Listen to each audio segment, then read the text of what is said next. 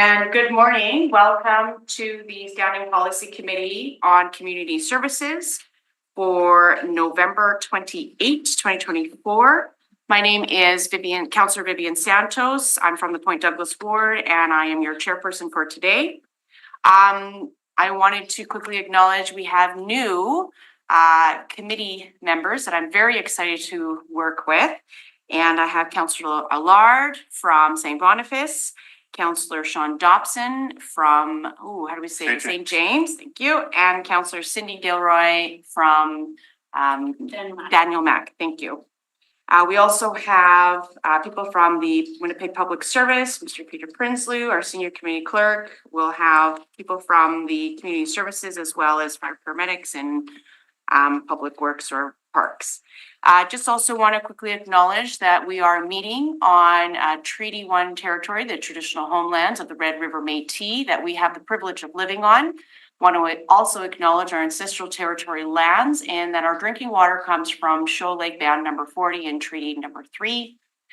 Together with our neighbors in Treaty number 5, I want to acknowledge that we get our hydroelectricity from. Moving on to... I would like to move that the minutes of the meeting held on November 4th, 2024 be taken as read and confirmed. Thank you, Councillor Dobson. All those in favor? Aye. And that's carried. Mr. Clerk, is that in order? That's not being.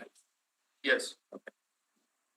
I think Madam we're Chair, going to through move. you. It's okay. We're going to move on to delegations. Yes. Lead us away.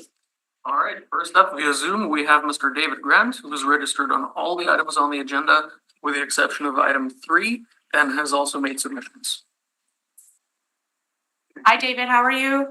Very well, thank you. And Welcome. thank you all for all the work you do on this important committee and for the opportunity to speak today. On topic 1, a delay in hearing the fire report. There are elements of this report which we're told are new and hard to report on. I suggest that you not accept the staff request for another huge delay. I note that of all the delays I've noticed in the last year, and there've been dozens, that they're always accepted. I suggest instead that you require staff to report on the internal stuff that's been reported for years. To mitigate the problems that the staff have reported, you might choose to grant the 60-day delay, but only for new topics. Those could be reported as addenda in early 2025. Topic 2, combining 9/11 services. Seems to make sense, but obviously there are folks who don't like the idea. On 2.1, has anyone asked the minister for an estimate of the completion date for this investigation by the province? 2.2, many staff hours were spent writing this report. Do we have an idea how many?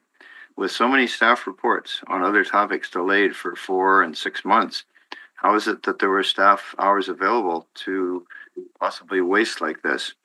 Since much that is written here may be redundant when the province comes out with its report, what purpose does this report serve beyond being a tool for lobbying? Obviously, if we see a need for extra funding from the province, this could be useful, but I'm not sure that it serves any other purpose. Topics 4 and 5 relate to recreation and parks. Missing from these reports is any plan to reduce spending. Since spending and the cupboard being bare are current city problems, the only sustainable solution I'd suggest is to reduce spending whenever we can. In past years, money is spent on replacing park facilities. As a user of parks, I like that, and I've been part of those discussions and the grand openings of things. But as money is spent because it's budgeted, not because the old facility has reached the end of its life. This is picnic shelters and such like. This philosophy tends to lead to overspending. Current management and your next budget could change those practices, and I suggest that they do, and that you make that mention, because we have a money problem. STRAs, the short-term rental accommodations. It's unfortunate that you have no info on this until late spring. I suggest that you ask for brief updates sooner. That would help you make good decisions if another decision is needed. In the meantime, you could make a few changes. There are far more monthly rentals and rooming houses than STRA places. Each tends to cause harm to their community. I'm active on our local residents association, and that it was created a decade ago because of the problem of rooming houses. The primary tenant of a monthly rental can operate a short-term or a rooming house part of the time, and who would know? We're not talking about the evil person who buys a house just to have it as a party house. We're talking people who buy houses and rent them out, and then the primary tenant does what he likes with it. If you care about community, you should step up surveillance of these other classes of rental accommodation. The current STRA rules seem to protect hotel owners, but they don't really protect those living near monthly rentals, which are abused by a primary tenant. On topic 7, library attendance. It's comforting to see that visits are climbing since the lockdowns. The report is sort of meaningless in that it shows no data before 2022. A multi-year attendance summary ending in 2019 would have put these numbers that are in this report in context. The report is silent on efforts by the Connections team to provide entry into treatment for their clients. Do they try? Do they have a great success rate? These are things that would be useful, since that is a big part of the report, the accommodation of people who are not there to do literary research. Are there efforts stymied by Manitoba's chronic lack of spaces for treatment? If the people doing the interactions with drug users in the library, if they cannot send somebody for treatment that is appropriate because there aren't any spaces. Hidden in the charts is data on the incident type and the number for each of the branches beyond Millennium. It's interesting how many there are overall, and a large fraction are in the report at the Millennium. And those are my comments, and I wish you well in your deliberations. If you have any questions, welcome.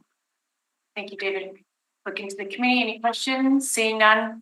Thank you, Mr. Grant, coming out as usual. Thanks. And just a last word, if anyone does need a ride home from a party, I'll be driving for Operation Red Nose, and we ask you all to make use of that. That involves, the primary thing for that is, because you have to be functional at 3 a.m, it involves changing your sleeping times. So you go to bed late and sleep in. And otherwise, I would welcome you all and have a good Christmas. Thank you. Thank you. Right on. Right on. All right, up next, Mr. Clerk. Next up, we have Kirsten Werman to be heard in opposition to Winnipeg Public Library. Well, I believe she can explain, but she's in support of this item, which is the Winnipeg Public Library's Attendance and Incident Quarterly Report, which is report 7. Okay. If you can join us at the end of the table there, we'll put 10 minutes on the clock for you. Sounds good. Thank you. Yeah, hi, everyone. I think I You can got. have a seat if you'd like. Oh. Yeah. Oh, You can have a seat because there's a microphone right there that will catch your speaking. here? Yes. That's the Okay. microphone you'll use. Oh, I see this. I've only ever done this in the council chambers, so. Right. Okay, yes, sorry, I got a little bit confused and I said I was in opposition to this library report. I'm in favor of the library report. I'm in opposition of the Community Connections closing. So, my name is Kirsten Werman. I have been a librarian for the past 21 years, and I worked with the Winnipeg Public Library, first as a branch head at Westwood. I remember Councillor Dobson coming and doing a reading at our Freedom to Read Week marathon. And then I was also the branch head at Harvey Smith Library with Cindy Gilroy, often in our program room next door. So I appreciate the opportunity to be able to speak in person with you all today. It's a valuable chance to be able to communicate directly with elected officials. I am speaking today on agenda item number 7, the library report, and especially the reference to the Community Connections Library Service. On page 6 of the report, I read that funding for the Community Connections space is secured only until December 31st, 2024, and that there are currently no other funding sources for this library service.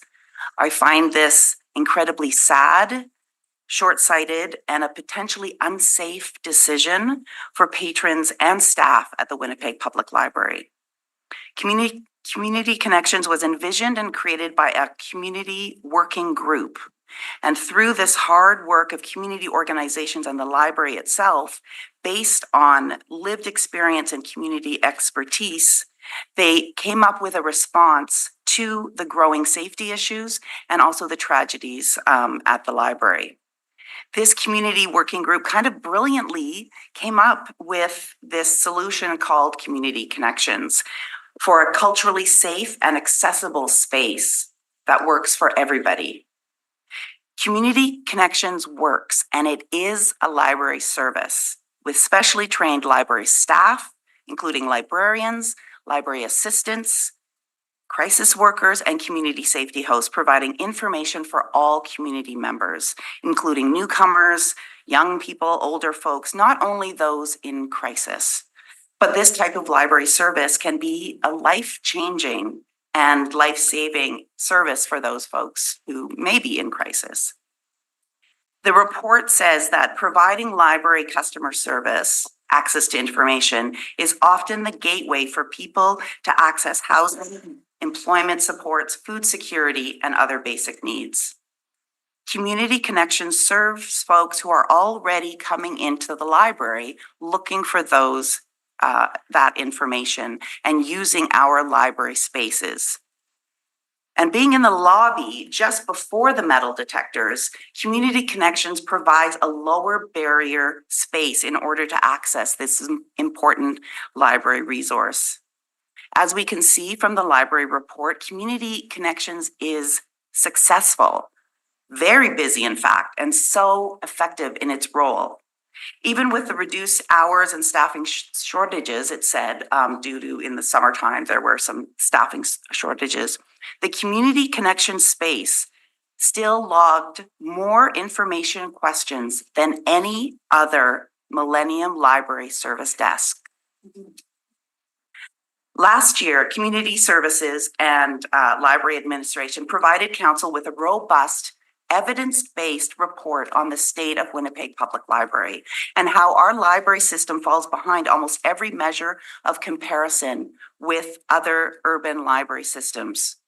Workplace safety is an enormous issue here in Winnipeg, throughout Winnipeg, where we hear it all the time, at the library and throughout our country right now. The research shows, as you've seen in multiple reports that have been shared with you, that increased staffing provides for a safer space. In fact, this library report directly states that the public service believes that the resources and staff available in the Community Connection space is crucial in maintaining safer library spaces.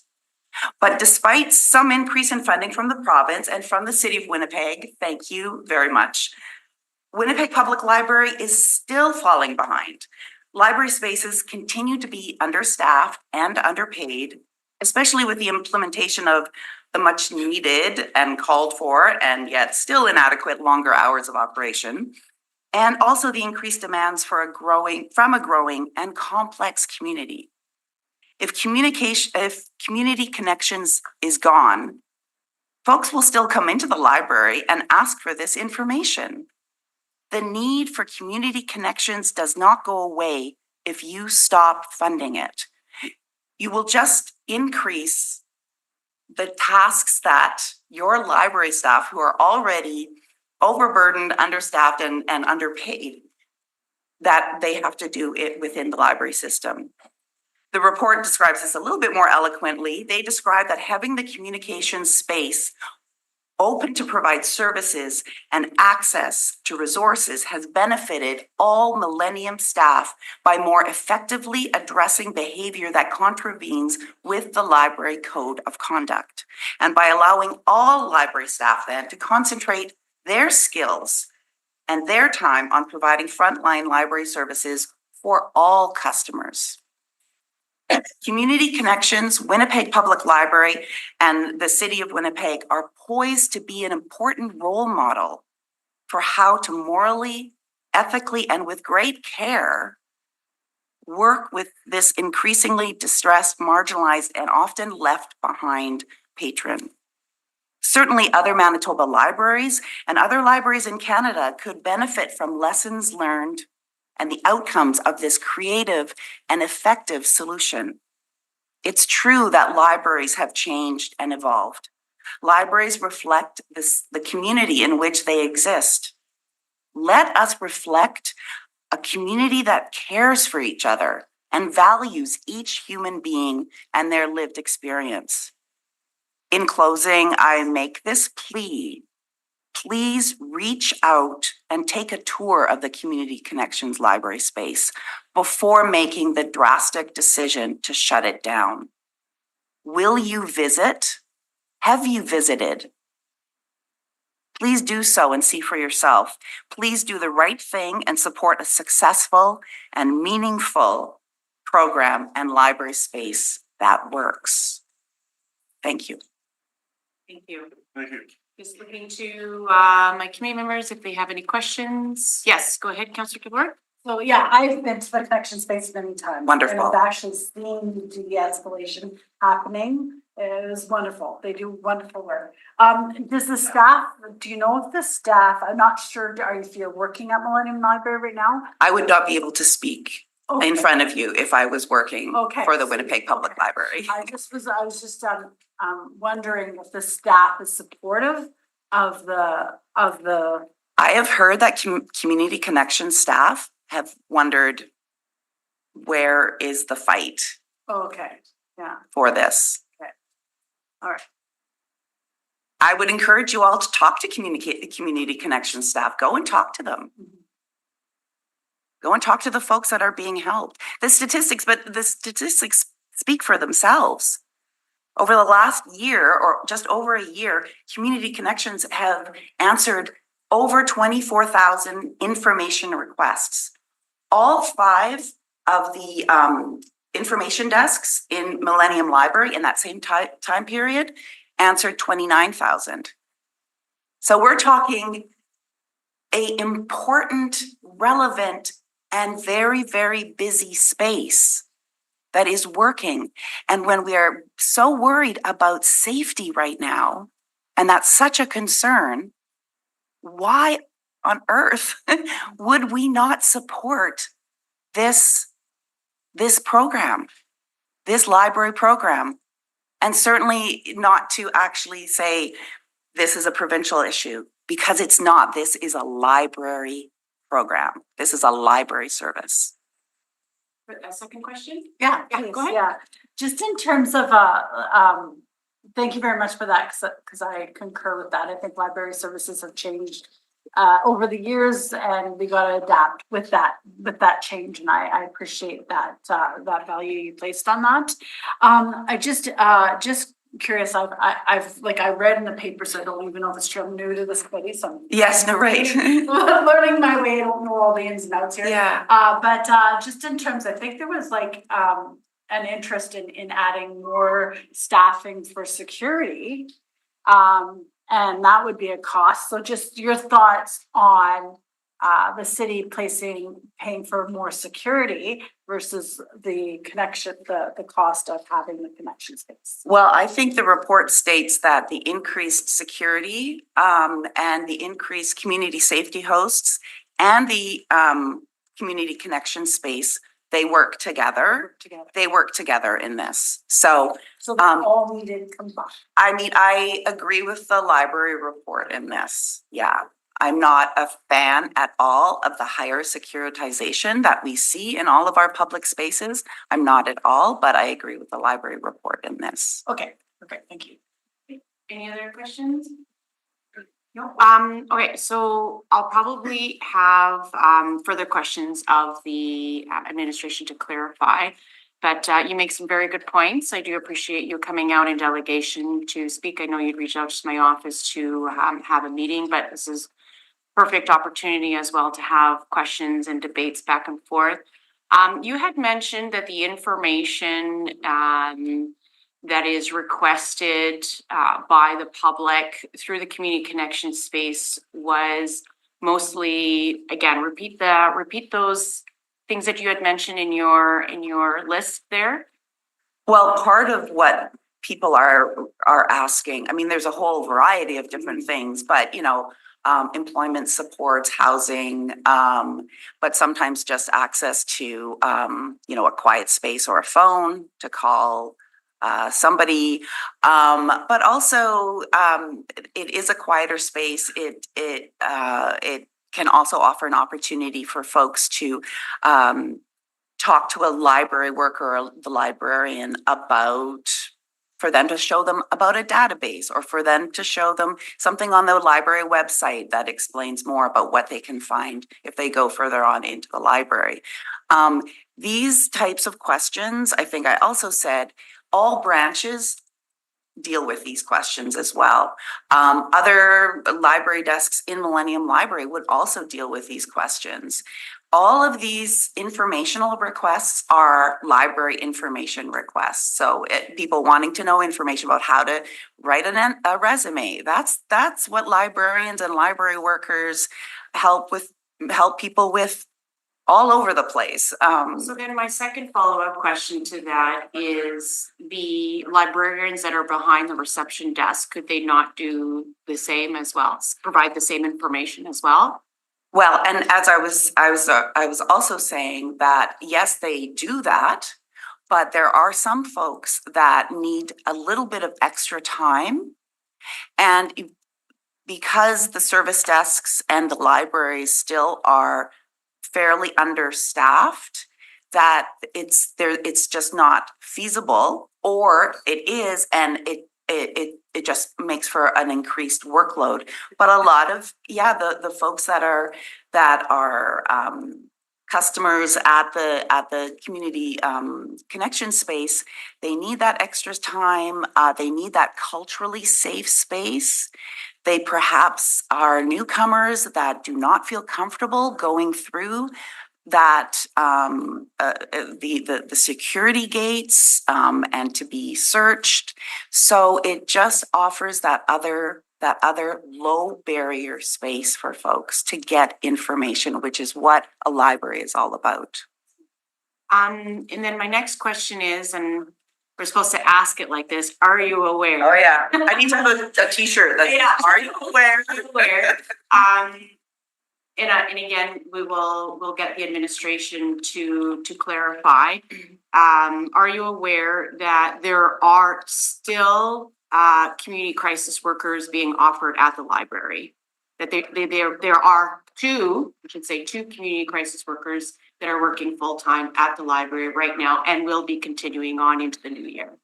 Oh, of course I'm aware of that. Okay. Because the Winnipeg Public Library isn't just Millennium Library. The attendance and incident reports wasn't just about Millennium Library. There are how many branches? 18, 19 other branches.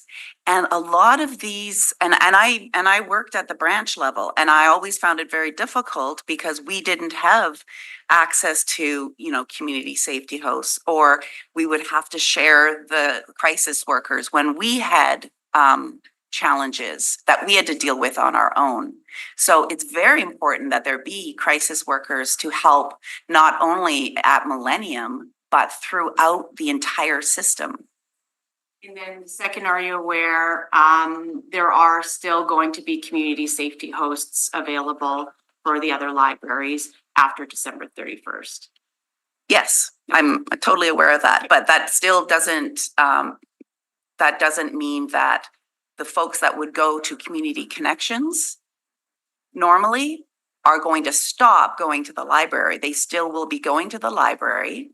And some of these folks, as I said too in my delegation, they often, if they're in a situation, they might contravene the library code of conduct, which then means there's a whole bunch of other work to be done, when we know from the statistics and from the data that community connections is excellent at de-escalating that and providing, like I said, a culturally safer space for those folks. So to take that away means that you are, not you personally, of course, but the city is creating an unsafe space for the rest of the staff and for customers and for those folks themselves. I'll have further dialogue with the administration on that, Okay. but I do That's great. appreciate your feedback. Any other questions? Saying none? Okay, thank you for Thank coming you. out. Right, Mr. Clerk, who do we have next? Next up via Zoom, we have Mr. David Green, co-chair Ours Winnipeg, to be heard in support of Winnipeg Park Strategy Biennial Update 2024. And Mr. Green has also made a submission, which is on our agenda today. Mr. Green? Can you hear me? Yes, we can hear you, but cannot see you. Hold on. Okay, there. Yes, now we can see you. Hello. Okay, I'm just sharing my screen now. Sure. Okay, And and we see I'll just do the slideshow. Okay. Yeah, so I am Dave Green, co-chair of Ours. I'm talking about the Winnipeg Park Strategy Biennial Update Report for 2024. This is our website for outdoor urban recreational spaces Winnipeg. So just a general background, a general perspective, and one of the issues that sometimes we're getting kind of concerned about, and that is the parks, green spaces, and the urban forest. It seems to be that a lot of people seem to look at the land within the urban setting doesn't really have any value unless it has a building based upon it. And Ours Winnipeg, we will continue to advocate for the intrinsic and important value of green space, parks, and the urban forest for the mental and physical well-being of citizens, to the livability, aesthetic, and attraction value for enticing new residents to our city, and to the meaningful contributions to the municipal infrastructure services that include stormwater retention, carbon storage, climate change mitigation by reducing the urban heat island effects, to name a few. You've obviously heard this a lot before, but my mom was a teacher, and it's repeat, repeat, repeat. Green space is considered more than a luxury in our view. Calgary in 2021 put a value of $1.4 billion to $2.5 billion on its natural green infrastructure, and they estimated it would cost about $6.9 billion to replace. And that's just the website on that particular report. This is just a pictogram showing how they broke down the different values for recreation, urban heat island reduction, carbon storage, habitat, water retention, etc.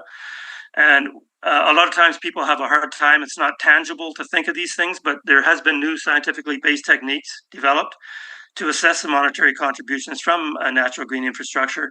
And that just gives a better understanding for people that are used to dollars and cents. Winnipeg's own State of the Urban Forest report in 2021, and that's just the website for that particular report, showed that we have about 3 million trees in the city, both on private and public property, mostly on private. And they're estimated to have a compensatory value of about $3.3 billion at that time. The functional value from these trees alone were estimated using I think the iTree program, which is again a scientific tool. That carbon storage is around $39 million. And at that time, they estimated that with the federal carbon price schedule, that would actually increase to $93 million by 2022. The carbon sequestration is around a little over $800,000 per year. Annual runoff, it saves about $3.23 million per year. Pollution removal is about $4.01 million per year. Building energy savings around $5.8 million per year, and avoided carbon emissions around just a little over $600,000. A city to retain and entice new citizens. The Canada West Foundation did a report in 2024 prepared for the Manitoba Chamber of Commerce, and that's just the website for that report. It is a very extensive, about 100 and some page report.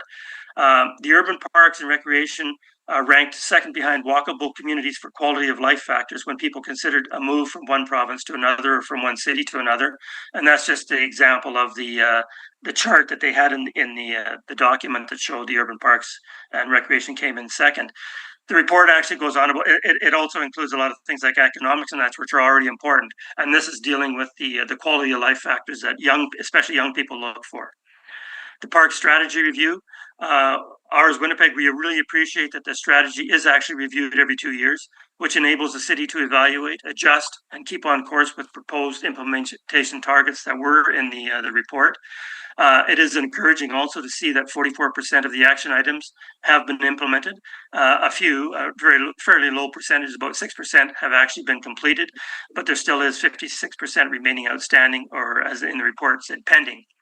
$126 million, or 81% of a proposed $156 million in the 10-year investment plan that was provided with the strategy remains unfunded. And this will undoubtedly impede effective implementation unless adequate funding can be found over the next number of years. Key issues in the report identified for hindering successful implementation of the strategy and appears to be obtaining necessary capital funding. There hasn't been a lot of capital funding for buying land in that, and also approval and funding for 3 to 4 FTE staffing positions considered critical for implementing the strategy's action matrix. The park strategy review continued. There is concern that action items 2 to 4 in Appendix A of this particular report matrix are still pending or no action has been taken. And those basically refer to there's no funding for purchasing land or natural areas of green space. As we've said many times before, once land is gone for new buildings, it will basically be gone forever. We'll never recover that. And opportunities for acquiring park space and natural areas really need to be done now in the immediate future, or at least there needs to be a plan developed to how are we going to do this. Parks, green spaces, riverbanks, and natural areas are key components of a sustainable Winnipeg. It aligns, and out of the report, it aligns with numerous directions in our Winnipeg 2045, and also it aligns with the strategic opportunity in the Winnipeg Climate Action Plan. Why more support for parks?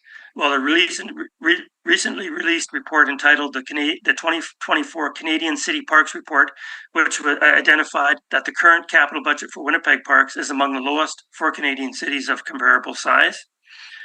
And that's just the website for that particular parks report. The city committed to add 1,000 additional acres of green space by 2045. And that seems like a long way away, but that's only 20 years from now. And this was in the planning documents that we adopted in 2022. And as far as we know, no parklands have been acquired to date. The city parks, or basically the parks branch, needs more capital funds to be able to acquire natural areas and new parkland.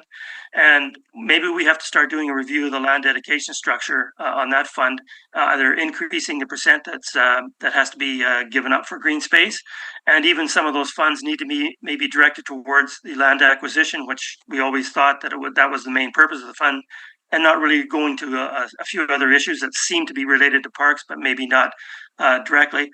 And any city-owned land along watercourses should be kept for parks, green space, and not sold, because that is land that the city can't afford to buy.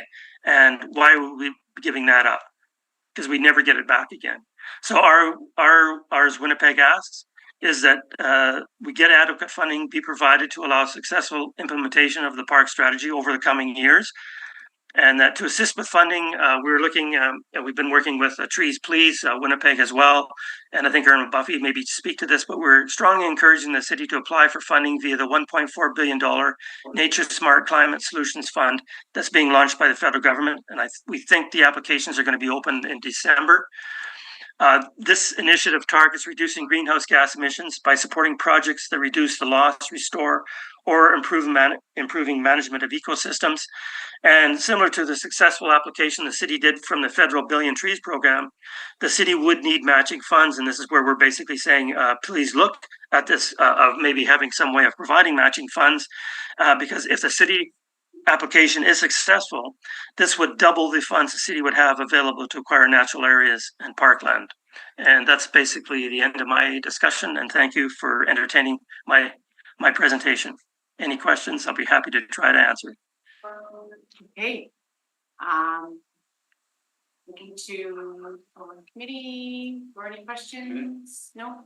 Can you go back to your last slide there? You zoomed by it really quickly with respect to the federal government. Yeah. Can you still see it? Not really. On your screen? Oh, wait a minute. I'll share again here. Just let me quickly. We're still seeing your presentation. If you can perhaps just do the full screen, that'd be appreciated. Oh, okay. The slideshow from the beginning. Okay.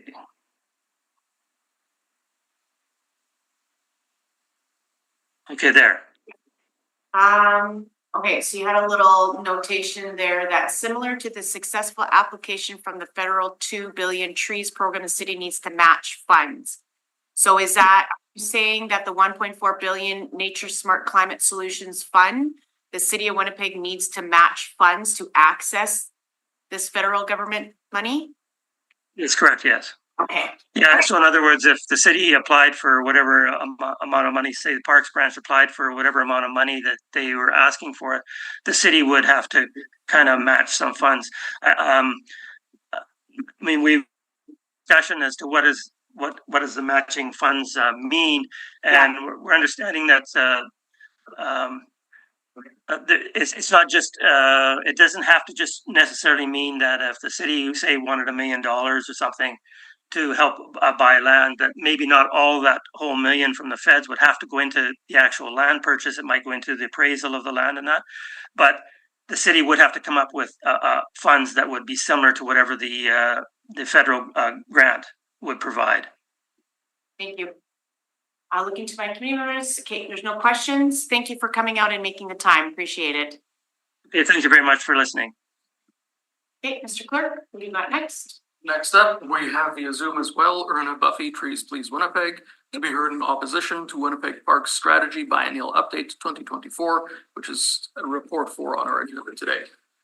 Erna has also requested that she share a presentation with us. I do not currently have a copy thereof, but it's up to the committee if you will consent that she plays it via Zoom. I'm that meeting. Okay, as Councilor Gilroy moves to allow, how do you say it? Suspension of the rules to Suspension of the allow. rules to allow a new submission. Yes. Hello, Ms. Buffy, welcome. Hi, it's a pleasure to speak to you today. I'm just setting this up to be a slideshow, so if you could give me a few minutes. So I'm here today not really to speak in opposition to the Parks Biennial Report, but to provide a little bit more information than Dave did. And I think it's exciting information on how one of the key commitments of the strategy and city planning documents can be fulfilled, especially the acquisition of 1,000 additional acres for parks. You may not be aware that the federal government recently launched a funding stream called Nature Smart Solutions Fund. The purpose of that $1.4 billion federal fund is to assist cities and municipalities to acquire and protect ecologically sensitive land, to reduce the loss, restore, or improve the management of ecosystems, which reduce emissions and support biodiversity. I think it's fair to say that your committee, Mayor Gillingham, and a majority of councillors showed great vision and leadership in efforts to access matched federal funding to secure a future for our urban forest. That was accessing the 2 billion Trees Fund. It's our hope that you'll demonstrate the same leadership and vision by providing the matched funds needed to access Nature Smart to ensure the acquisition, expansion, and protection of our intact forests, riverbanks, wildlife corridors, and city centers' green spaces.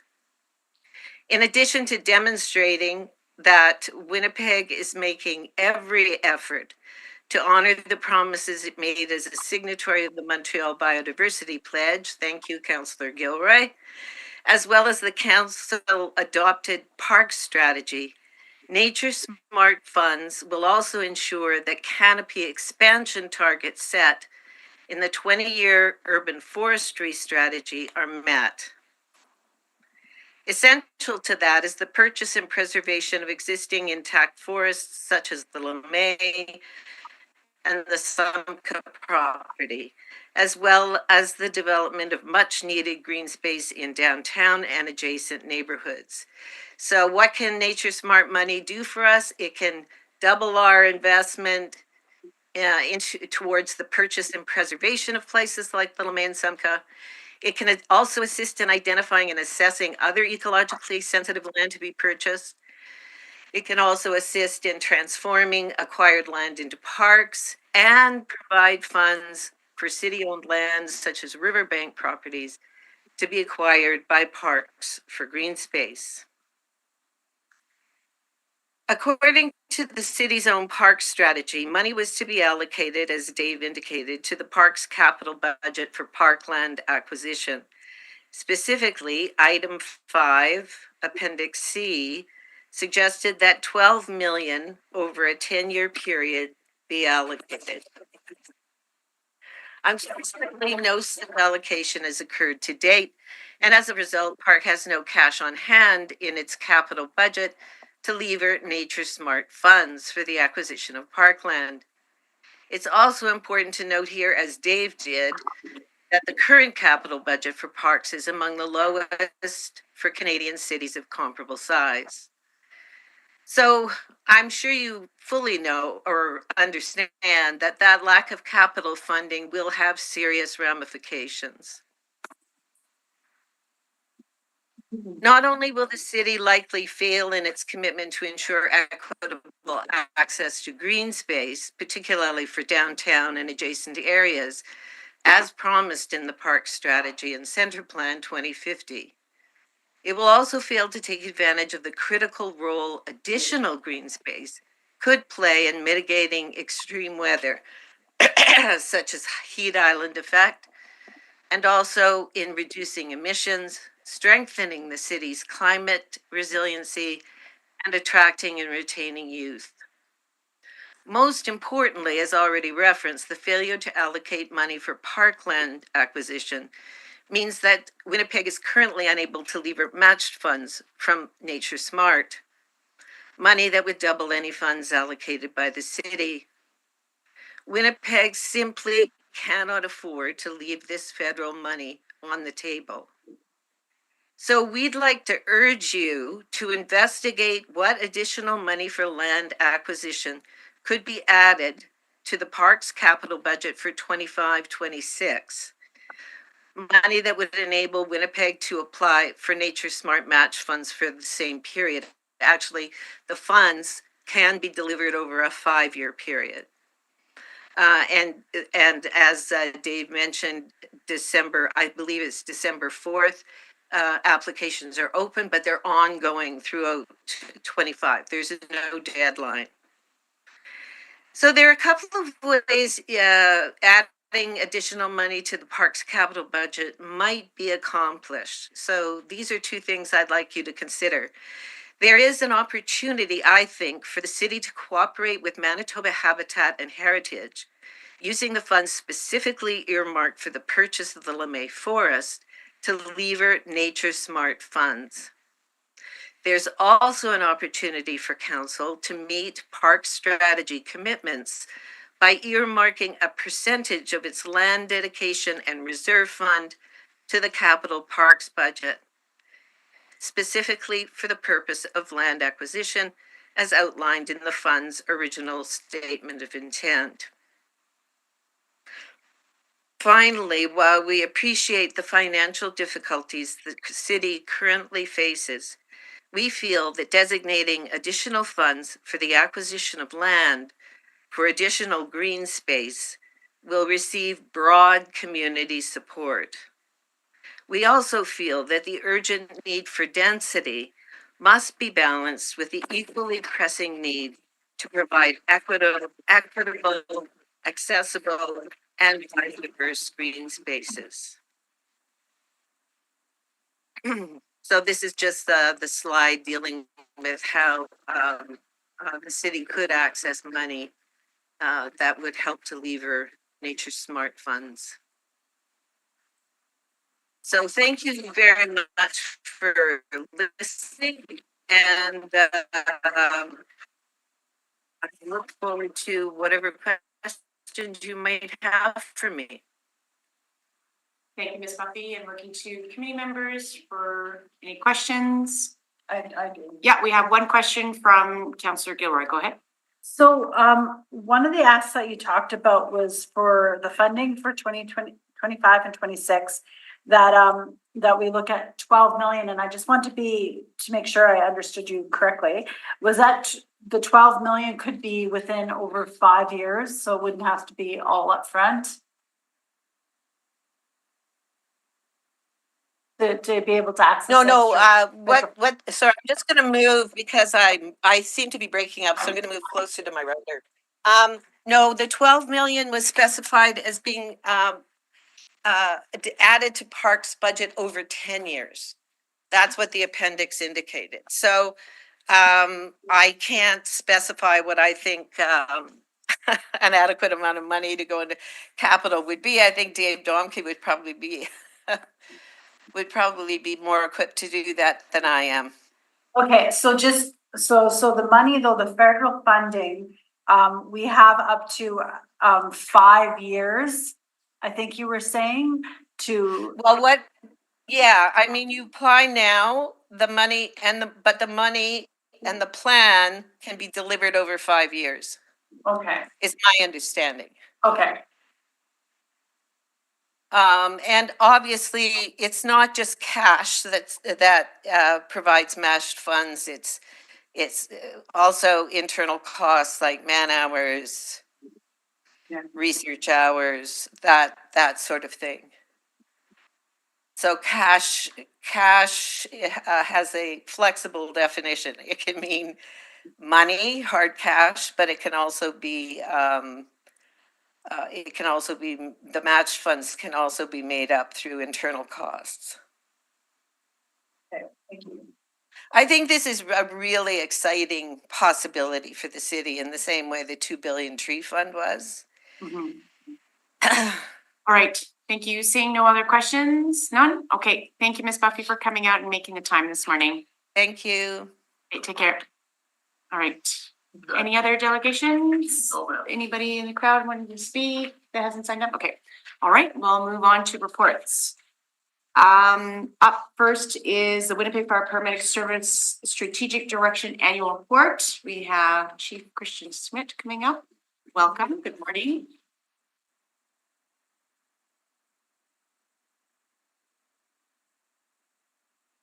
And looking at this, you guys are requesting an extension of up to 60 days. That's correct. I can inform committee that I've been advised that the report information deadline is coming up next week for December 5th, and it's the department's intention to have this report submitted to the RIS next week for December 5th. But then come to committee in January? Correct. Okay. Any So questions? even though it's up to 60 days, you're expecting it to come less than. Correct. We're required to submit the extension notices between the time this notice was submitted to the clerk's office to today. Have additional information that the report will be fully complete, and we'll be able to have it submitted to the RIS for December 5th. So that's new information since the extension request was submitted. So we should be good. Okay. Yeah. All right, anybody willing to move that? So we could still agree with the up to 60 days, but it will be done much sooner. Correct. Okay, we're good. Okay, Councillor Dobson moves Yeah, extension of time. I move that we follow the Winnipeg Public Service recommendation of an extension of up to 60 days. All in favor? Aye. That's carried. Moving on to item number 2, combining the City of Winnipeg 911 Communications Center. I believe we have a few different people from the administration. I believe we then have them online as well. Is that Chief, Interim Chief? Yeah, we've got Stanford? If you can introduce yourself, it'd be Standard. greatly appreciated. Or Ken, I guess I'm acting chief, like our standard, nice to see you all again. Executive Director Kim Nicholson, Deputy Chief Scott Haley, and Inspector Gord Spadel are with us today. Great, excellent. And then. Chief, would And you like to- joining us here in committee is our Director of 911 Communications, Stacy Camp. Welcome. Stacy was the co-author of the report that's before you this morning. Thank you.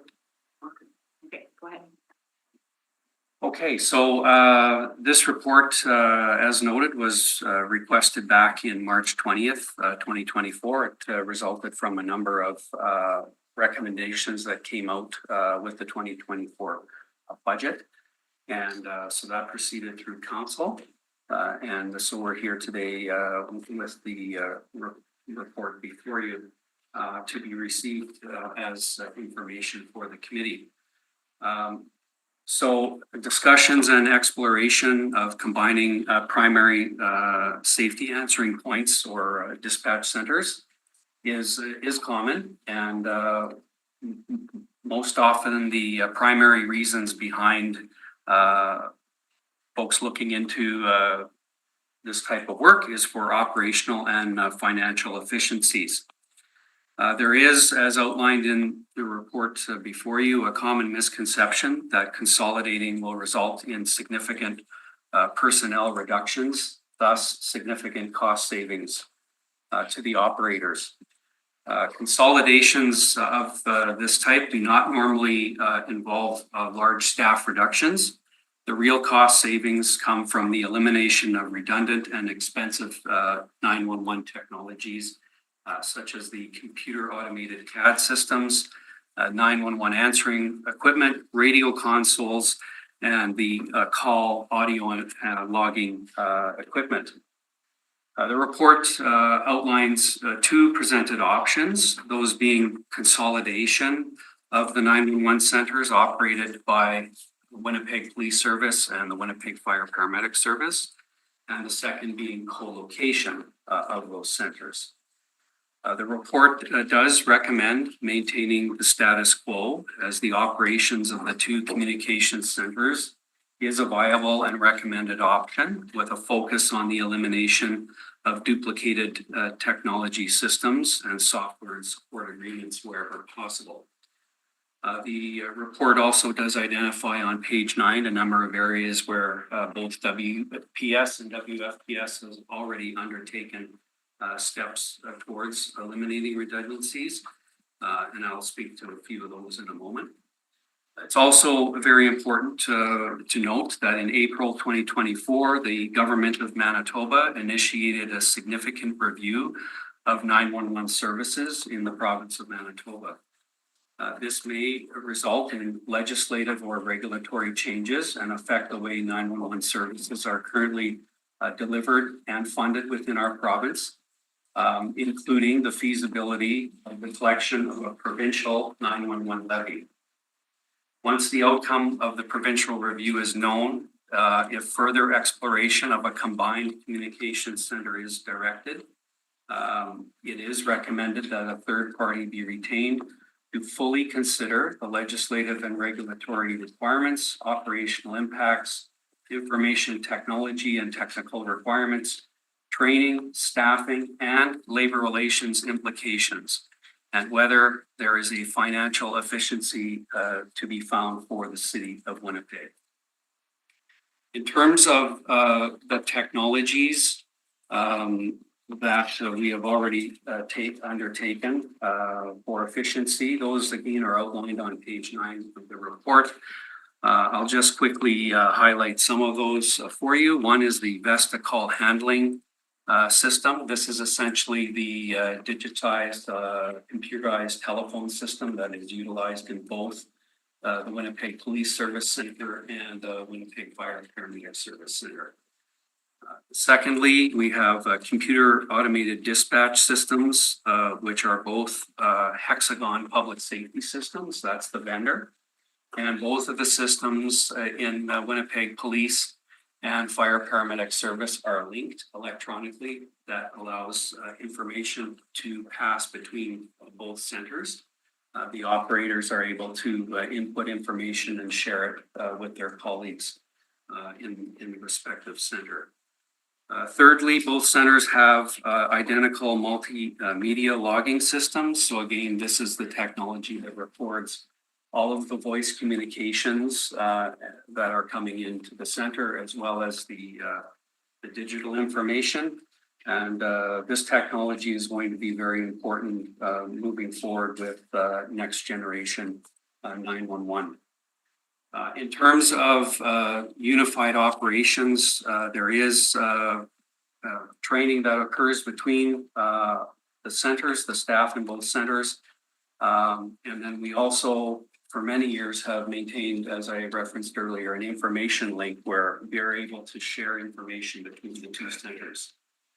This is something that is very important. It's been very beneficial to both of our agencies in our operations, and it's something that doesn't exist necessarily in other parts of Canada or North America, where agencies operating as we do share information to that level. It's very important to ensure that we've got up-to-date information flowing to our crews out on the streets. It's part of keeping them safe. Final note before I close is it's also outlined in the report that shared health funding represents 83% of the funding, operational funding for the Winnipeg Fire Paramedic Service Call Center. And that's representative of the volume of work. Large volume of work in our center is medical related. And as a result, through the contract with Shared Health, we've been able to maintain a funding formula for that money. Any changes that we would look to our communication centers or the how they operate, the structure will be something that we will have to discuss with our partners at Shared Health, because our current contract outlines our current operational structure. So with that, I'll close, turn it over to my colleagues at Winnipeg Police Service if they have anything further to add, and we can move to your questions. Thank you. Good morning. There's absolutely nothing to add. You captured it very, very well. And we agree with our recommendation to just table this right now as information and leave it at that for now. And we'll wait for the provincial recommendations to come out, if any. Okay. Thank you. Any questions for the administration? I do, Madam Chair. Yeah, go ahead. Yes, go ahead, Councillor. So I guess my question is on bilingual service provision. I guess twofold, threefold. I don't know how many fold. Presumably French language service provision or provision of service in both official languages is being considered. Will it be something that will be available in the back end?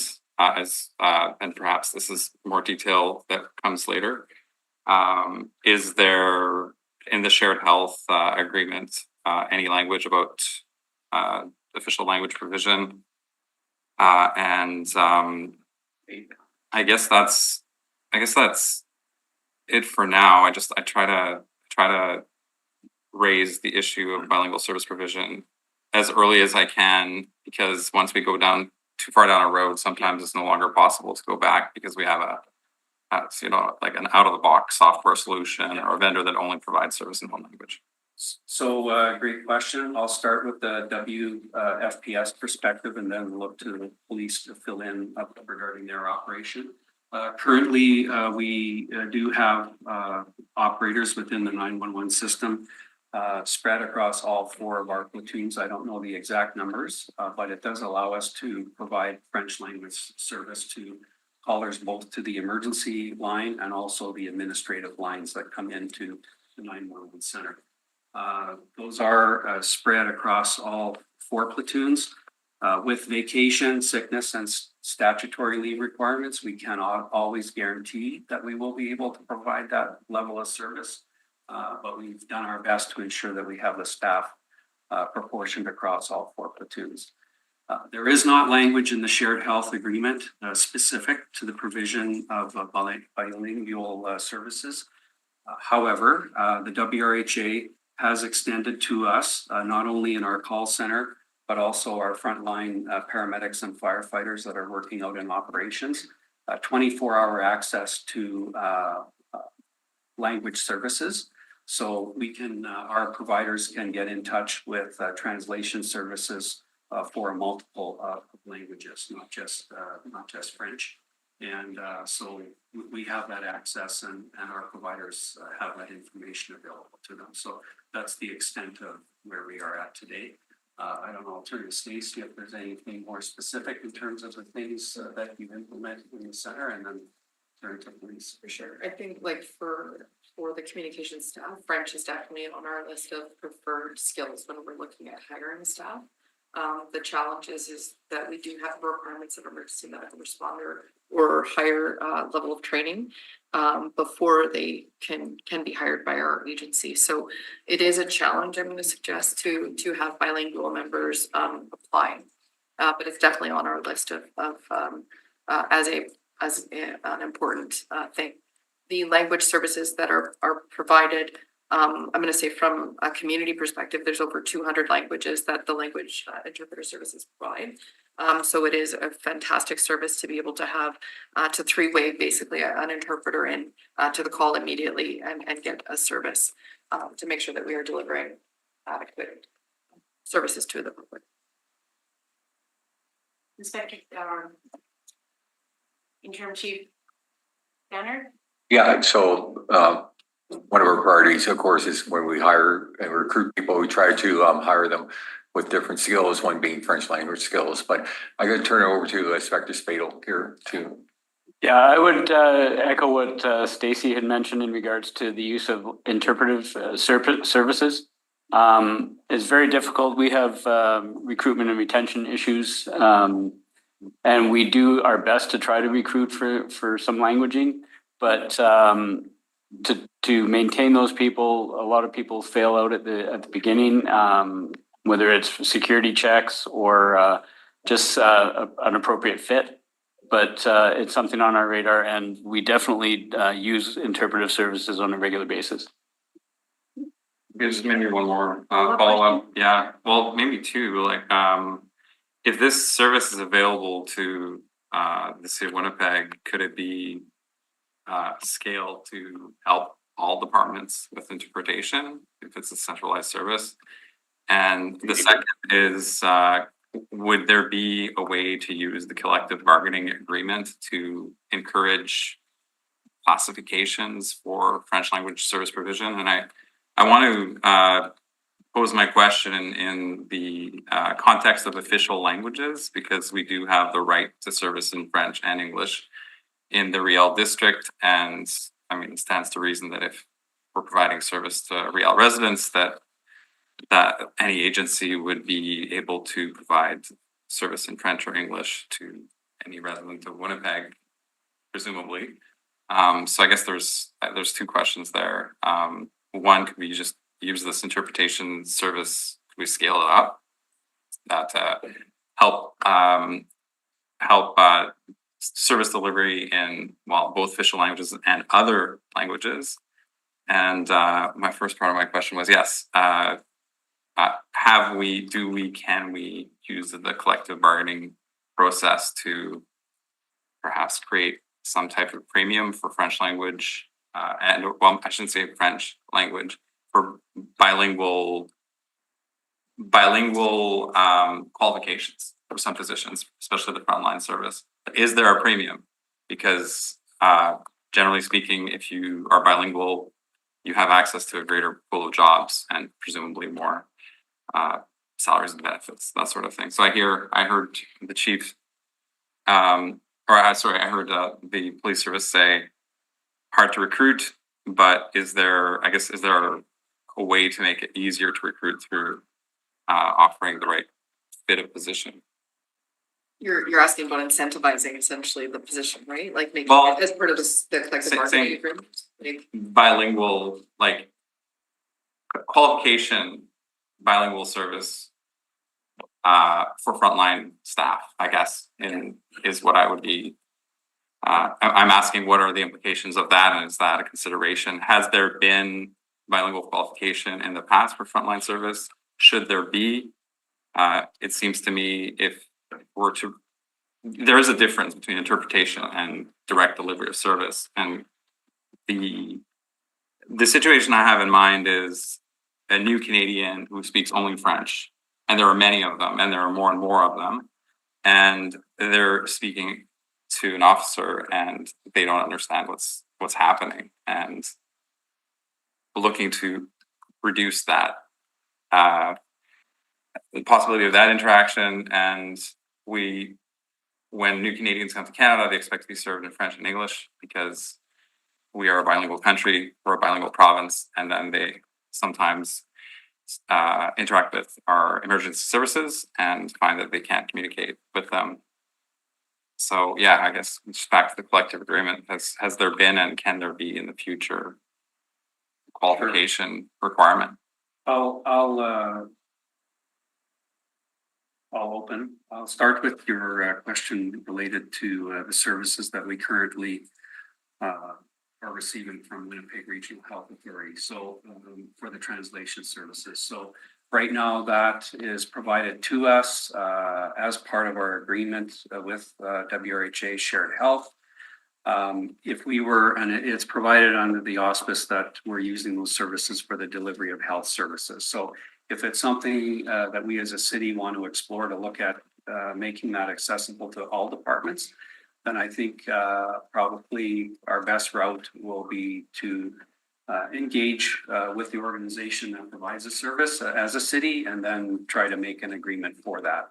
I don't think we'd be positioned well to leverage the current agreement that we have for the provision of health services across the whole city. So short answer, yes, it's something that the city can probably look at with that agency. Second question, in terms of that one, I think that will require certain discussion with labor relations in terms of if we're going to put provisions into the collective agreements. It can be done. Some steps in terms of trying to improve equity, diversity, and inclusion across the city of Winnipeg workforce. We've already taken some steps to getting some commitment language into the collective agreements with a number of our bargaining units. So again, short answer, yes, that's something that can be achieved.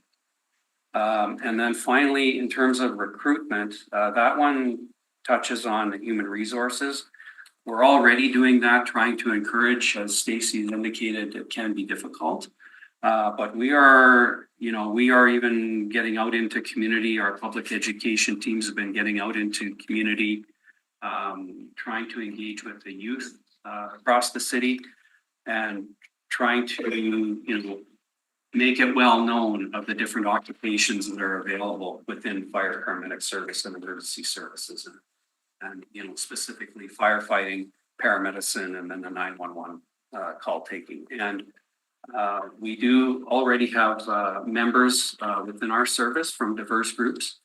And we've been making efforts and folks have been stepping forward to volunteer to come out with our pub ed teams, go out into the community so that folks in the community essentially see themselves in these roles. And we've been having some good success with that. So over time, we will see improvement to these numbers, and I totally agree with you. And we've seen it firsthand. Just recently, we had some very good feedback. We had some teams that went out into the community to do some awareness work around fireworks safety, and folks were able to engage people in different languages during those discussions, and we had really positive feedback and some positive results out of that. So I agree with you, that's important and something we need to continue to strive. Just maybe one last question, probably rhetorical, but I commend the department for continuing to pursue diversity and having a workforce that's reflective of the population. I do want to, I do want to point out that it is a right, like a charter right, to be served in French and English, and that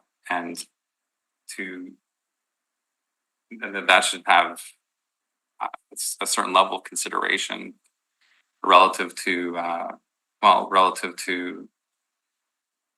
that being the law and other efforts being positive and not legislated. I don't know how that can be articulated it's already articulated in the law, and it's not always possible to accommodate delivery in both official languages. I appreciate that there's efforts going on generally for all languages, but I do think that as a bilingual country, as a bilingual province, that there is there's a statutory requirement there that I think is different. And I hear in your response French is one of the many languages, yes, but it is also one of the official languages. And I guess I'm not sure that's a question, but Okay. perhaps it's more of a statement. Yeah. Yeah, all right. Any other questions? No, Clarification? No, I'm good. you're good? Okay, thank you. I will pose for a motion on the floor to receive this information. I don't have any other questions. I'll move it. Sorry. Go ahead. Yeah, I mean, since I was getting into it. Council Lawrence. Yeah. And the work obviously does not stop there with respect to obviously information technology and all the other work that you guys are doing internally. I'm sorry, I did have one more question. I just wanted to follow up on the timeline of the government Manitoba doing that significant 911 review. Do you guys happen to know when they are proposing to come with recommendations? Is it this year, next year?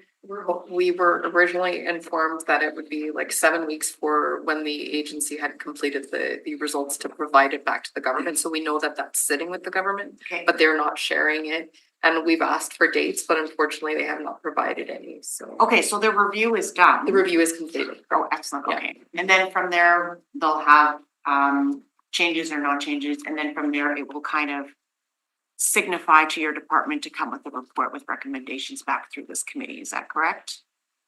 Yes, if that's what the committee would want, yeah. Yeah, if there are changes and it affects your services, I would appreciate Be that. definitely looking at it together to see what's best. Okay, sounds good, thank you. Yeah, that was my one question, was on timeline of So that. I moved it.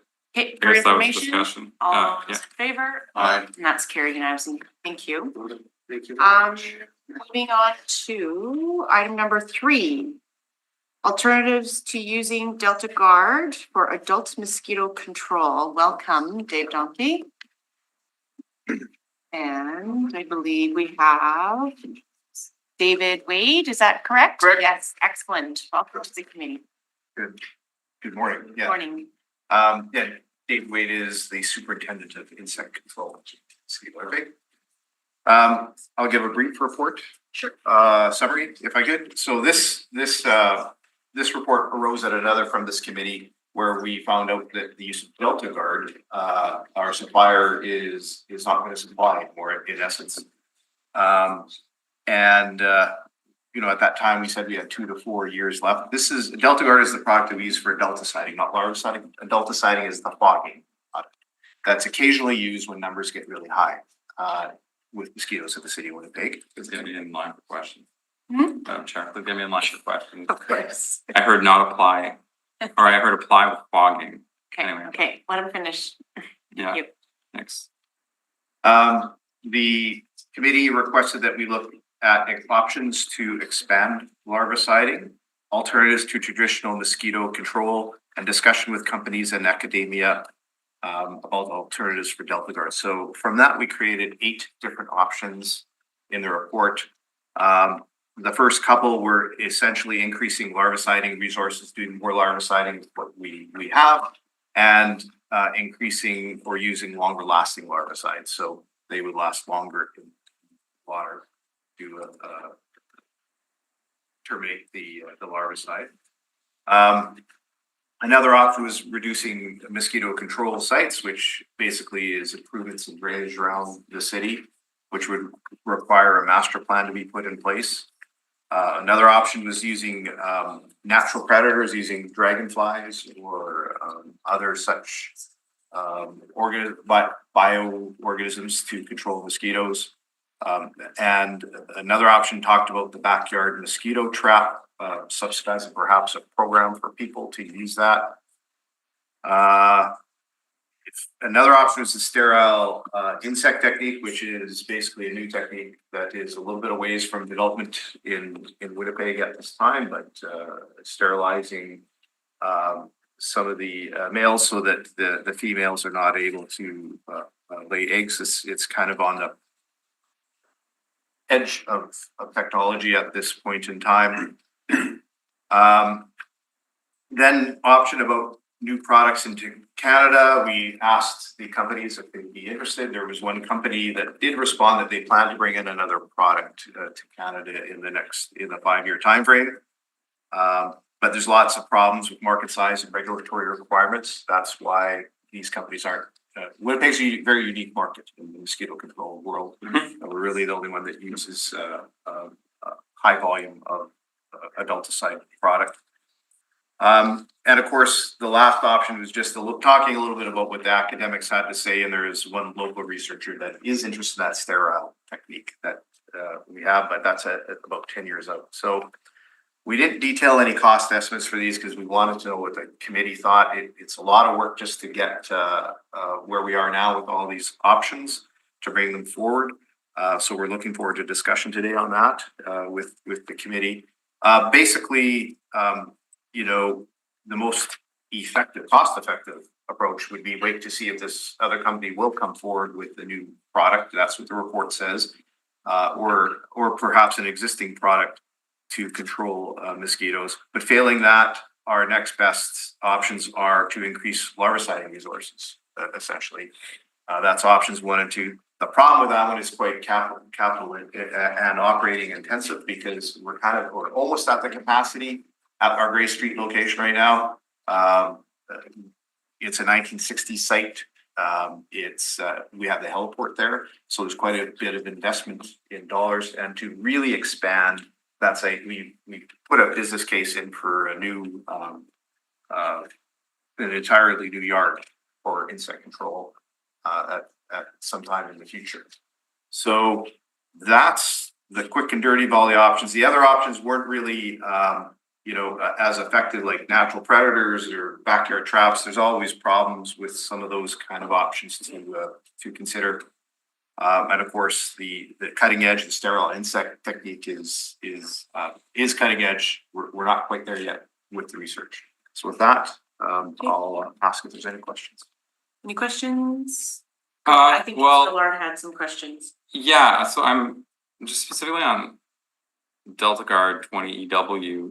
I heard fogging machines, and I read the manual, and it says don't use in fogging machines. So how do we reconcile that? Which manual? Sorry. The manual on the city website. I can find the specific reference, but like I think it clearly says not to be used in fogging machines. I'll find the exact text for you, but that's question 1. Question 2 is why is it being phased out? And you could infer it's likely because of health concerns, but it's not necessarily that. And so why would a company stop producing a product where there's clearly a market for it here? Well, that's the problem. We are the only market for it really in Canada. Yeah. And we don't, you know, we're not of a size of product that a company would be interested in supplying. So they're withdrawing their production of the chemical. Okay.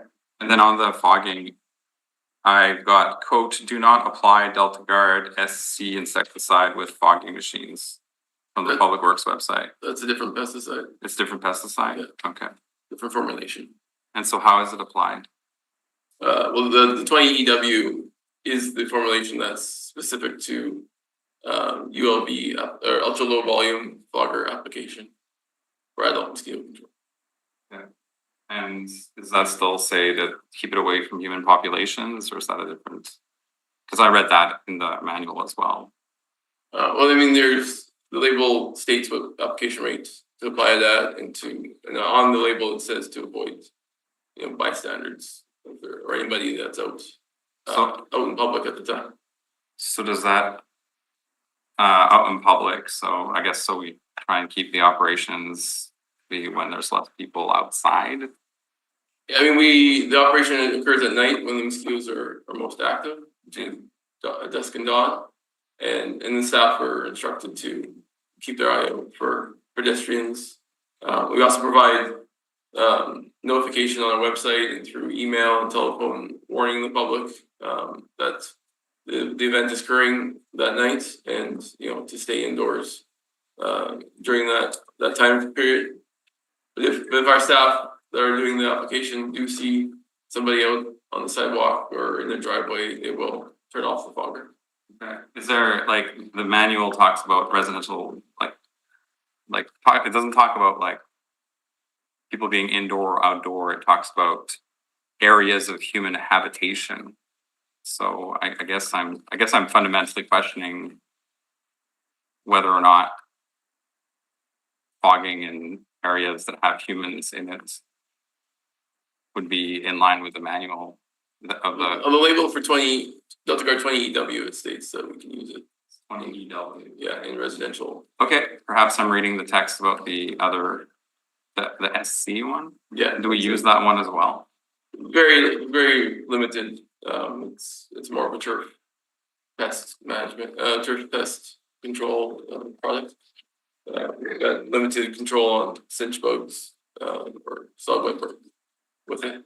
And then to be also, for clarification, this pesticide is known to kill bees. There's restrictions on, yeah, I mean, there's restrictions on the label to avoid pollinators, yes. Okay. Avoid application when pollinators are present, yes. Okay. That's it for now. I guess I'm gonna figure out what's the difference between SC and the other one. Yes, my question is, it says we have 4,500 liters of the material left. How much do we typically use in 1 year?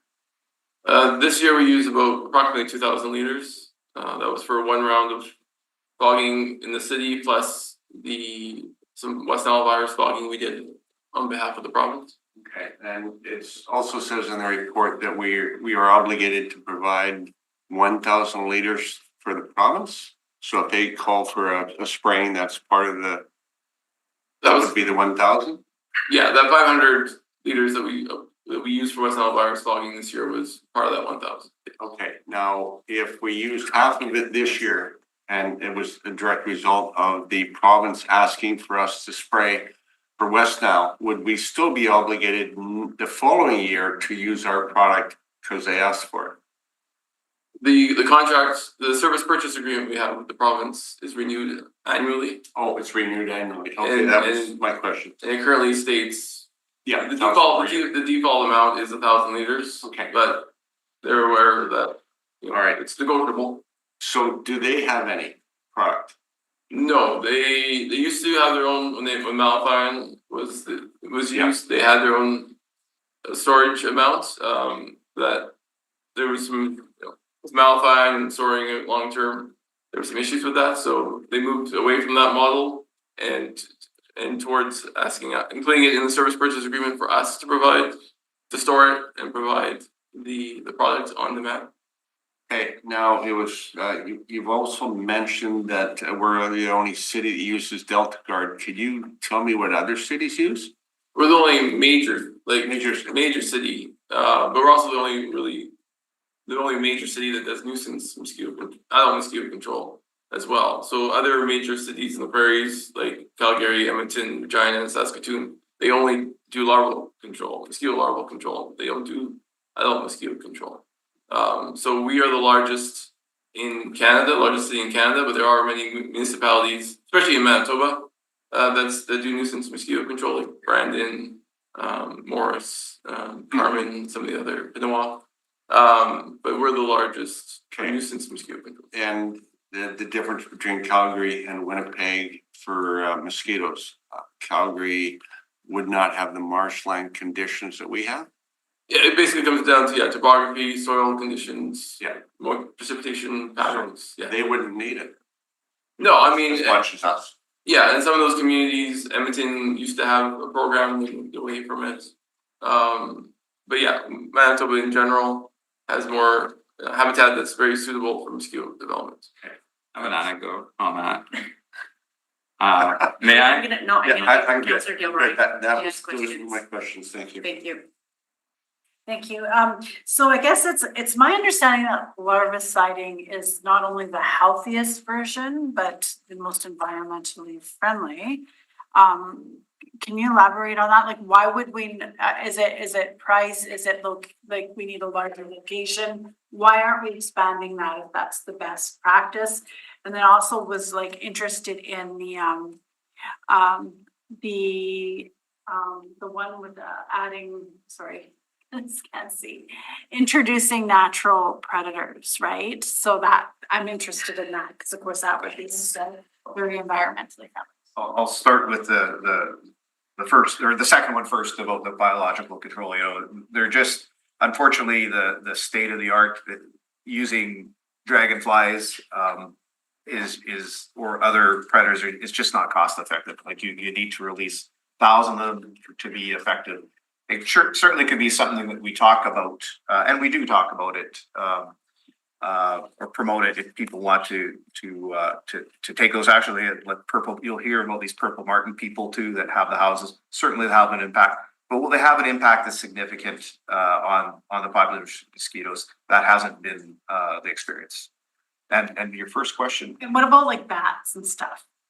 well, we'd be happy if there's bats, of course, in the city. What's happened? Bats are you know, are having their own problems right now, trying to survive. I think there's a fungal disease. Is it? Yeah, right now that's really knocking their populations back. But so there's just not a lot of bats out there. We're finding. Okay. Larvicide. See, I'm gonna learn lots on this committee. Get the So- answer. Yeah, the larviciding. The larviciding, yeah. So the larviciding question, do you remember, David? Well, I mean, because it targets the mosquitoes in the larval stage when they're contained to the water. You know, there's a specific area that we can treat. The one product, the bacterial-based product that we use is specific to mosquito larvae, so it only kills mosquito larvae. The other one that we use, it's a hormone mimic. It would, you know, it mainly targets, you know, mosquito larvae, but anything else, any other insect growing in the water as well. But it's very targeted, very focused, and we know where those sites are located, or a majority of those sites are located. Once they get to the adult stage, then we have to do ULV, you know, citywide fogging, you know, disperse a pesticide into the air that can potentially harm non-targets organisms like the pollinators, like people, pets, and we'd rather not apply, you know, into the air a pesticide and instead focus on them in the larval stage. So you would prefer that. Now, the challenge, I guess, is the cost of that and the building size that we require. Do you want to get into a little bit of what we need? Yeah. So we have a little bit of ability to expand the existing site, but it's not significant. So, you know, we have a business case that we're putting together to move locations. Right now, it's I think it's $33.5 million. So it's not cheap for us to do that if we're going to move a heliport. We're now in a redesign stage of that, trying to find re-engineer a cheaper version, maybe closer to the $15 to $20 million mark. But that's moving this whole business out. I mean, if the members of the committee ever wanted to come out and look at the site that we have now, you'll see that the building is, you know, it's 1960s. It's literally decaying, falling apart. You know, we've had all sorts of issues with it. It's another one. I know there's a gazillion different priorities that council has too, and I get that. I'm not trying to just say that this should rise above all the rest, but it needs to be thought about. I think it's an unfunded risk at this point in time. That's the way it's looked at, or it's considered. And and what is unfunded? The $20 million project or the $33 million project? Well, it's both. It's both. We're just re-engineering and trying to make it cheaper now. Kind of not unlike, you know, your Arlington Bridge experience that council's been talking about lately, is trying to find a less expensive way to go about the operation. So, and then there's additional operating resources. It's very expensive to do the larvicide, and it's more people, more crews. The one thing about the pesticide use is it kind of deals with the situation fairly quickly, but it has a negative effect of being dispersed out into the public, and we get that there's issues and polarization of people and committee members, maybe even at the end of the day. It's a difficult thing. We only spray really when we do this monitoring. These light traps are around the city only when numbers get really high, and it's an agreement with the province that we can fog or adulticide. So there's a permit that we have to get from them in order to do this. So it's not something that we take lightly. Okay. Okay, well, to start off with your thoughts on what the committee wants, I guess I would prefer the larvicidal because I know it has the least minimal impact to their environment. So that would be and our health, so that would be something. But I want to jump into some of your questions. One of the other options was to also reduce the larval development sites. I think it was suggested that we update design standards for building plans, similarly adding green infrastructure into the city's development plans, not only help with mosquito development, but also reduce the impact of stormwater runoff. So what does that look like as well? Well, I'll start and ask Dave to finish, David to finish here. But you know, we need a master plan for that. We need to work to see if we have willing partners in development industry, water and waste, et cetera, to put a plan together to try and more quickly remove water. So they don't, water doesn't stand for larval development. Anything to add to that? Yeah, I mean, basically overall, just, you know, basically to put a focus on, you know, eliminating standing water, temporary standing water, especially is what the focus is on.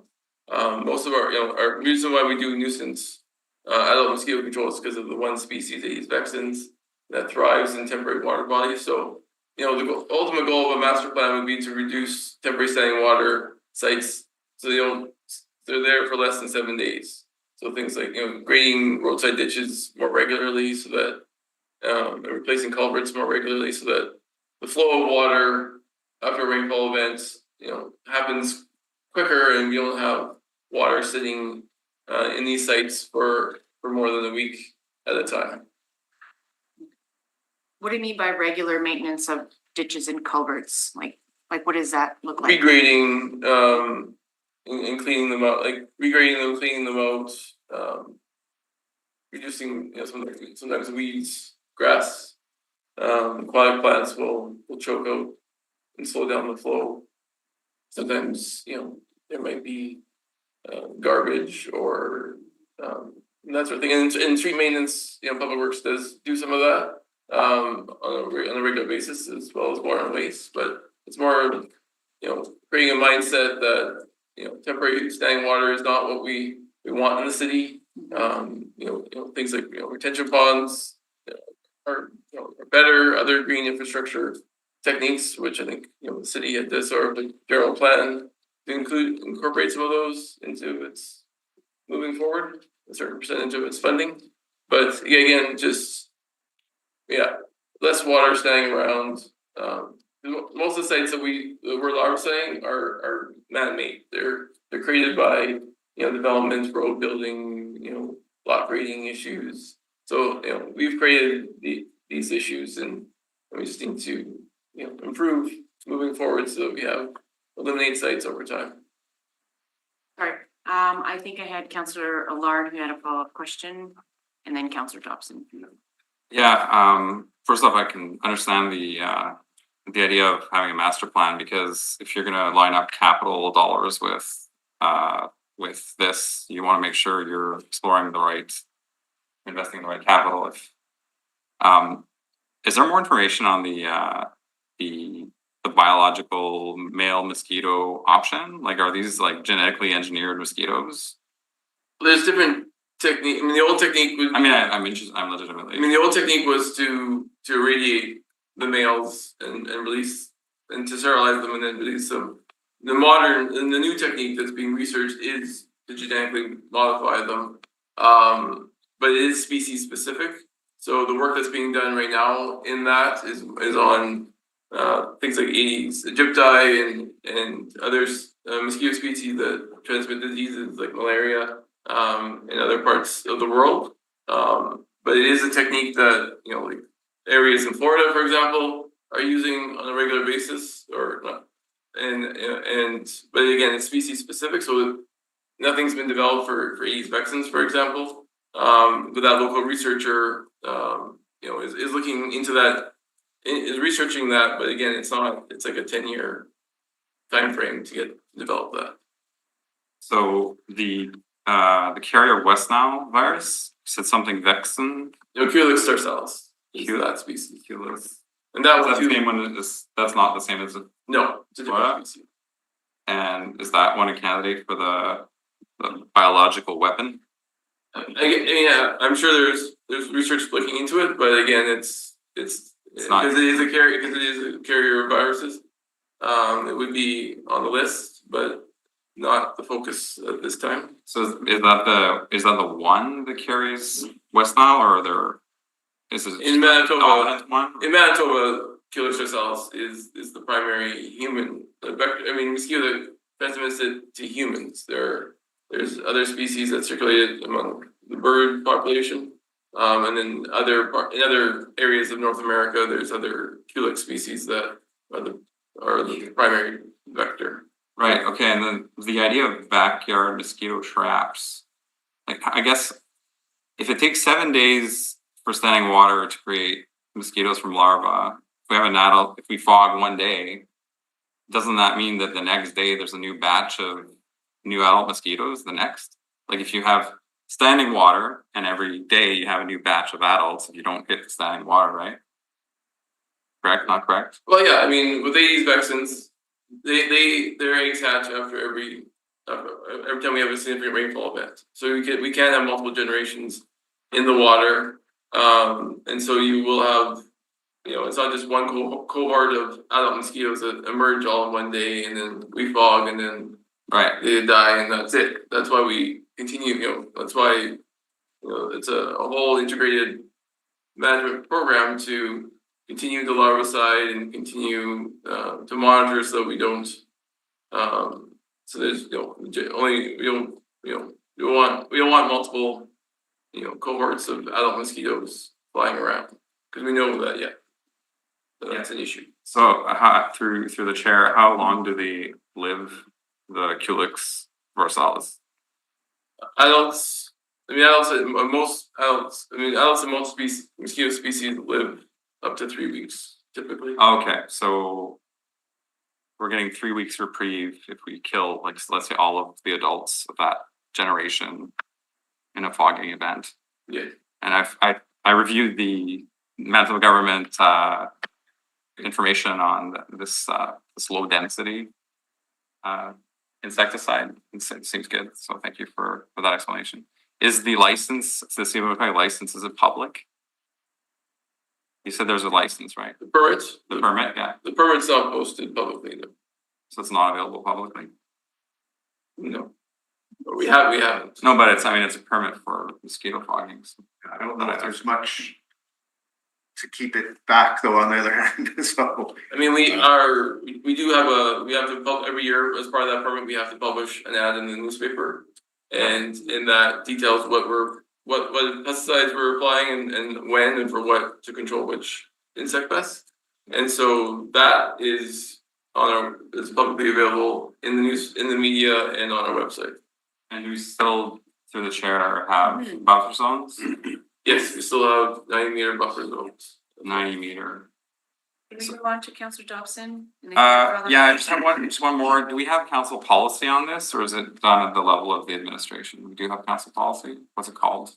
Yeah, it goes back to 2000. There's the adult mosquito control policy. Adult mosquito control policy. Okay. That outlines when we will do an adult mosquito control policy. Okay, thank you.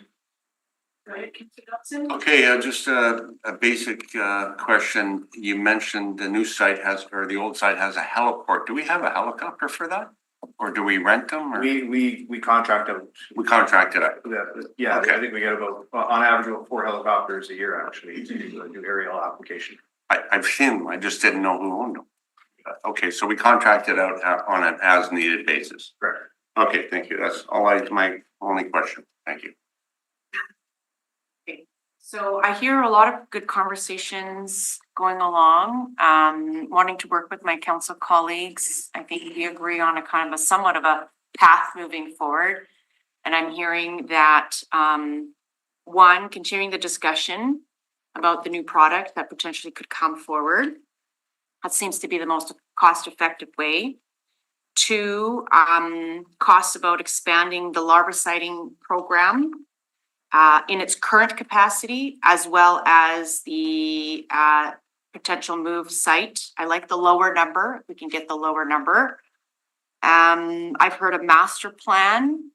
I believe that was option 3, reduce the amount of mosquito larvae development site. I'm really interested in seeing that, because my worry is moving forward, if we cannot find a new product or a company to do a new product in the next 2 years, we will need a plan to put in place for reducing the sites. I like what you've said, they're man-made sites that were caused by man and development. We need to get on top of this and start reducing that site. I think that'd be a cost-effective way, and that's just about changing policy is what I'm hearing. And that seems to be cost-effective for in my back of my mind. And then if it's okay with you guys, I'm interested in a report back after the mosquito season on how many liters we have left remaining, because we don't know if the province is going to issue another West Nile, and that again will tap into our resources. So those are the 4 things that I'm hearing, and I'm looking for some concurrence on that.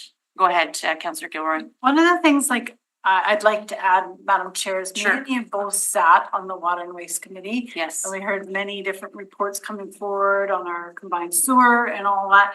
And like what I find within the challenge that we have at the city is departments do not talk with one another. And I was wondering if we could have like a commitment of talking with like the Water and Waste Department to see if there's some natural things we could be doing. The green infrastructure stuff, right? Yes, Yeah. like, and maybe there is some funding through there or something to help deal and mitigate some of the concerns that. Can you build that into the master plan, that option 3? Yeah, and to clarify option 3, it would probably start with discussions. We probably need a capital request to hire a consultant or something like that, because we're looking at this is a big project citywide. So I imagine that would be our first move, would be put a capital budget request in to hire a consultant to develop it and bring in the stakeholders. We can have we're always willing to have preliminary discussions though with Water and Waste. And if we're completely aligned, maybe we don't need the consultant, but I think we need it for the consultant for other reasons. Well, and I guess like my question is like, could there be funding out of Water and Waste to help with this? Because this is an environmental concern through any of our grants and stuff.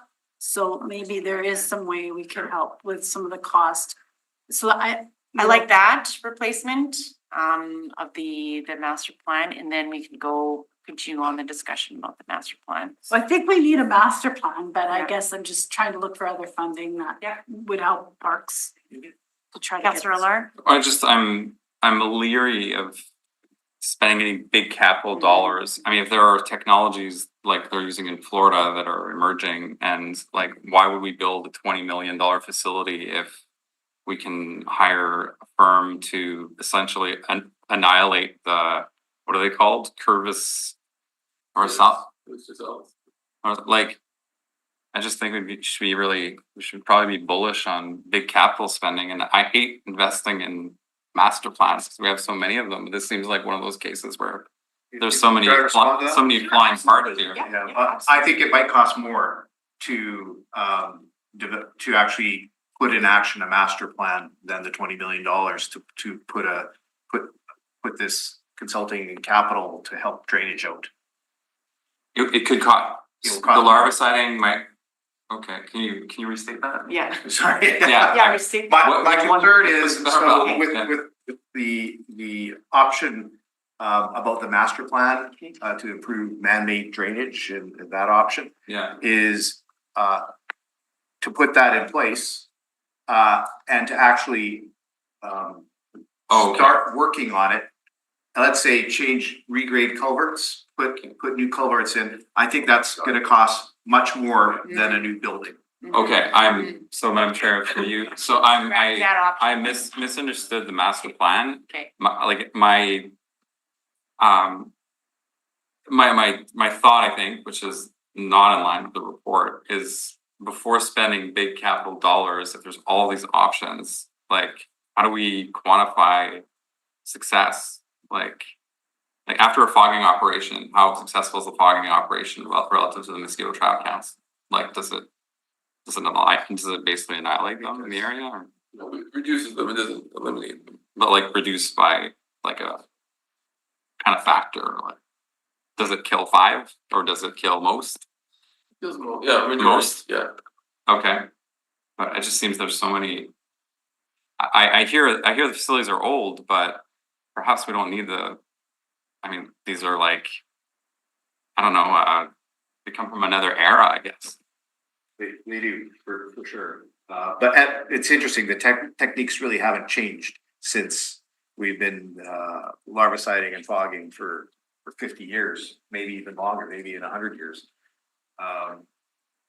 Except the new techniques, that this cutting edge technique, the sterile, which is, unfortunately it's a ways away yet right now. And then, Madam Chair, through you to the public service, so it's easy to quantify when we've killed adult mosquitoes, but it's probably difficult to quantify when we've stopped them from being in the first place with the larviciding. So how do we know which is more effective out of the two? We do, and David can explain, we do dips about effectiveness after we larvicide. So you'll see staff out, our technical staff will take samples of water, and you can visibly see the wrigglers, I guess they're called in there. What? The wrigglers, the larvae that are in the cup, they wriggle around, like this. Yeah. It's the first time I've done that at a committee meeting. And then after, there is testing done to see if the application was successful or not. Okay, I understand that, but like, okay. Is there like a dollar for money, like pound for pound or mosquito per mosquito? Like, I understand the larvicide is more expensive for the product, but if you end up stopping, I don't know, an order of magnitude more of mosquitoes based on a more expensive yet less volume of a product. I mean, it seems to me, are we looking at the mosquito per dollar? Like, mosquito per dollar is a metric I'm looking for. Like dead mosquito per dollar, or that's what it is. Yeah, absolutely. Mosquito per dollar. I agree with you 100%. And dollar per mosquito, I mean. Dollar per mosquito. Yeah. What is most cost effective to control mosquitoes, whether larval or adult? And I agree with you 100%. Fortunately, we're dealing. How do we get that? We're dealing with the natural world. Mm-hmm. When you deal with the natural world, you get tremendous drips, tremendous rain. I think it's difficult at best. David goes to conferences. Would you like to add anything? Well, it's just like, as policymakers, how do we know we're getting the best dollars per mosquito policy? The true measure is how often we have to fog, and when the larviciding program is effective, then we don't have to do an adulticide program. So in some years, and obviously the weather is part of that picture as well. But it's in the operating budget in one of our levels of like our performance statistics is how many days we keep the mosquito population below 1 bite per minute. That's sort of the metric that we're using to evaluate the effectiveness of the larviciding program. So this year, I think it was like 80 for 2024. It was about 87% of the days between May and September were below 1 bite per minute, which is 1 bite per minute is sort of considered, when people start to get agitated. This is like, all right, so Winnipegger is getting bit every minute, 1 bite per minute. Yeah, that equates. So that equates to a trap count average of 25. That's where that number 25 comes into play in the adult mosquito control policy. Is why we look at 2-day averages of citywide averages over 25. That equates to 1 bite per minute. If we get, and then for a fogging program, we'll initiate it if one quarter of the city, one area of the city gets over 100, which would be equivalent to 4 bites per minute. So that's sort of our metric in terms of how effective the money we're spending is towards, controlling, preventing adult mosquitoes from emerging. And the money for like expanding the program in the report, it's more about, increasing the frequency of getting to these sites and being able to get to all sites that we know exist, within a 7-day time period. So the council policy is if the trap count is at 25, we presume there's an average of 1 bite per minute, and we start a fogging operation. Well, it has to be 2 consecutive days of 25. 2 days. And then 1 quadrant of the city, 1/4 of the city, like the northeast or the northwest. It has to be over 100. And then we provide 24-hour notice. Over 100 mosquitoes in the traps. On average of that area. Yeah. And so the 100, would that mean like a prorated like 4 bites per minute? Yeah, When essentially, yeah. Okay. And so, no, well, how much do we save when we don't do a quadrant for the city? Like, is this in-house? Is it private? Is it a mix? If we stop fogging because we did perfect larviciding, how much would we save? Well, quarter of $150,000. $150,000? Yeah. Per event? Per round, yeah. And where are the traps? Are they set up near homes, near human beings? Yeah, there's a colony. Some are in people's backyards, like private backyards, and some are in public spaces like parks and golf courses. Okay. So, no, I'm just be interesting. What kind of tweaks can happen to avoid fogging events based on where the traps are? Like if we were to bring in subsidized mosquito traps for private residences, do we know how much those costs? Ballpark? Like, well, there's different types. So I don't have. I think that's what we're here. If you guys want us to, the committee wants us to research that and do more work on that. yeah, we will. okay, There's so here's many my question. questions here. Here's my basic question is, are there ways to reform the policy that would reduce the requirement for fogging events? So like, I'd like there to be a report that has a comparison between bites per minute and dollars per mosquito. I guess the bite per minute is the final outcome we're really interested in. How do we reduce bites? How do we reform council policy in order to achieve less bites per minute with the same budget?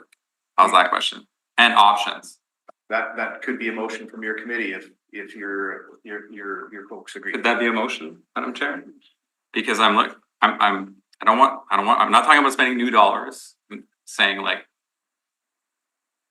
can we ask our staff to say what's their best advice on? Yeah. And just on that, are we doing? Does it make sense? Does it make sense? Because Does are it we make doing? sense? If you weren't, Does that understand if you the weren't, question? so here, let me reframe it. If you weren't bound by the council policy as written today, would you change some things in order to reduce the bites per minute? Well, we're also bound by operating dollars as well. Okay, all things being equal, including operating dollars, the council policy written as it is, were there to be changes proposed by you, do you think you could reduce bites per minute, all things being equal? If you were able to propose some changes? You'd have to take it back and study it. If the answer is maybe, then I think it's worth asking you to do the work. I think the answer is maybe. I don't think you're gonna see any massive change from our existing practice with it personally. But, I've been doing this now for, gosh, I don't know. David's been doing it longer than me, but I've been, managing the insect control branch for 20 years now. And yeah. I don't think there'd be you're not looking at any seismic changes. Yeah. I think didn't we at one point in time change those numbers? Maybe not too long ago, the bites per minute. Did we not change? The bites per minute, it's relatively new that we're just bringing forward in the service level. What, the changes that I recall were more along the lines of what you needed to require for evidence of a buffer area around your house. Well, there was also, we used to have, the old policy was 3 days. 3 consecutive days. Yeah. Of Now we 25. changed it to 2 consecutive We dropped it days. to 2. Yeah, Right. see, there you go. And you had to provide Kind of 48 hours yeah. notice. Yeah. We had to provide 48 hours. Do some changes. when Mike was the chair, you'll do that. So I think I have a motion of the You committee. do, It's that's okay with fine, that. that's fine. But I think city attorney. Peter, I'm looking to you, that's fine. Before you, Councillor Gilroy, go into it, I want to come back to that reduce the amount of mosquito larvae development and your discussion with water and waste. I think there was a sentence here that had mentioned maybe not so much the master plan, but you had said updating design standards for building plans, green space developments and roadway construction would reduce the number of new sites that are created over time. Similarly, adding green infrastructure into the city's development plans would not only help with mosquito development, but also reduce the impact of stormwater. So is that the conversation you can have with water and waste?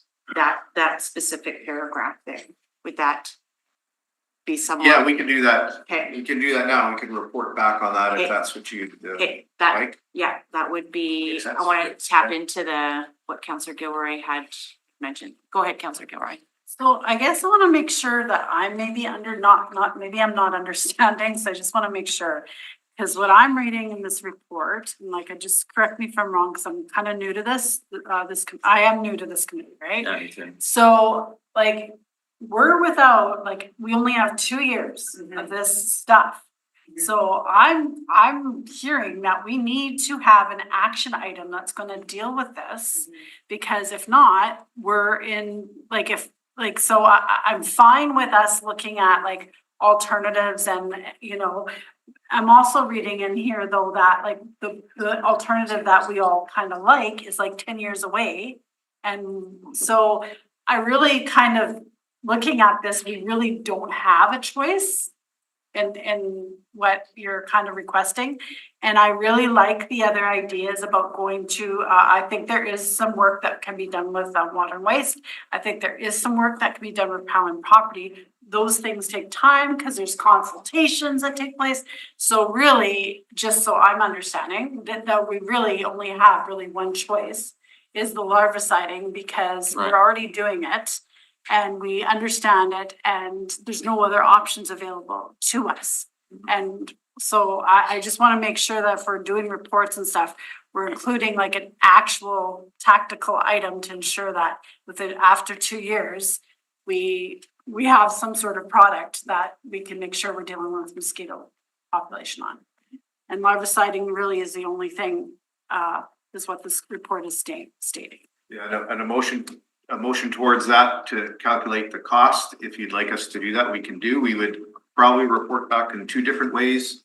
One in our existing capacity to increase larviciding and then a new facility and it's almost boundless the amount of larviciding we could do with the new facility. So that's how I would look at it. Yeah. So I just read the council policy, I think. It doesn't refer to bites per minute. This is new, right? So We've been putting service standards together for all our services, okay, you know, level of service. where are they? Can I read them? Where are they? Yeah, Yeah. I'll send you a copy if you want to see them. It's not a public document. Insect control. So it's part of the operating budget. It's part of the operating budget. Yeah. Part of the operating budget? Yeah, you'll see them in the budget. It'll be Books. bites per minute?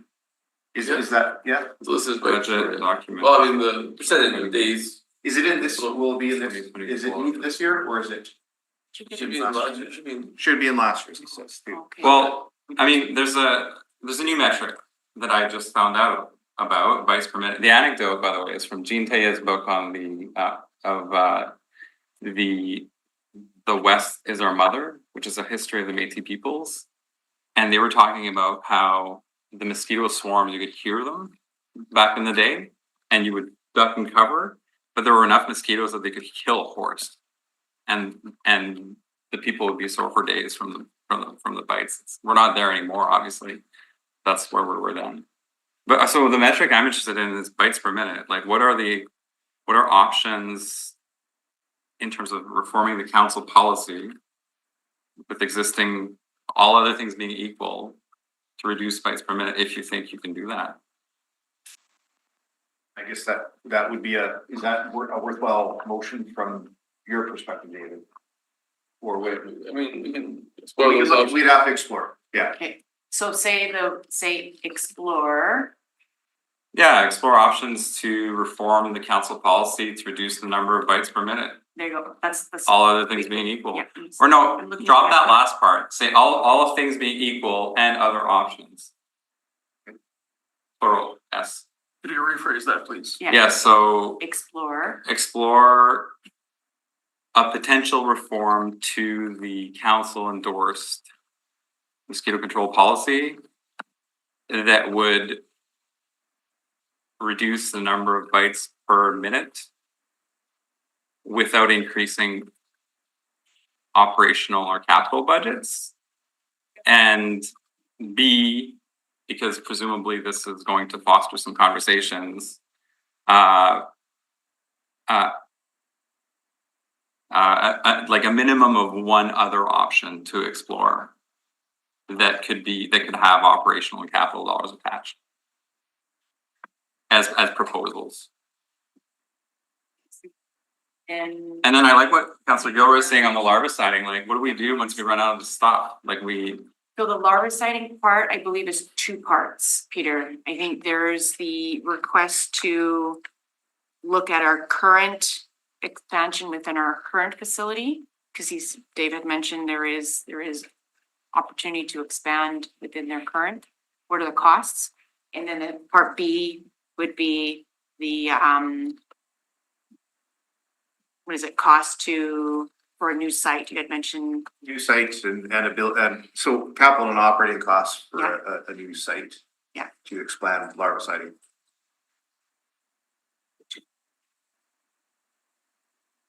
Well, I'm really interested in metrics on. No, you're how many of interested in metrics. The weekly. Or Councillor Gilroy is interested in The the wiggler? program. So how many, And but then it's the mosquito death counts though, Right. right? And then the other one is, I do want to direct a public service to have conversations with the Water and Waste Department with respect to green infrastructure funding to reduce the impact of stormwater runoff. That help? I think Stormwater or just runoff? Yeah, sure. Okay, runoff. runoff. So just, cause like what I'm hearing from over here is that like there's no money requested, so that just kind of concerns me.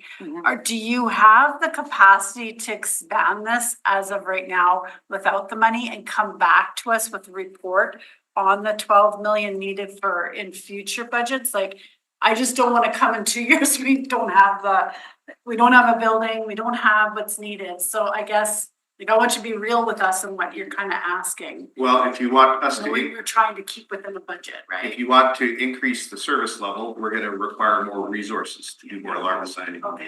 And I think that's where Councillor Matalard's question. Like, are we getting the best dollar per That's what his mosquito? motion is gonna talk. A fogging operation is $250,000.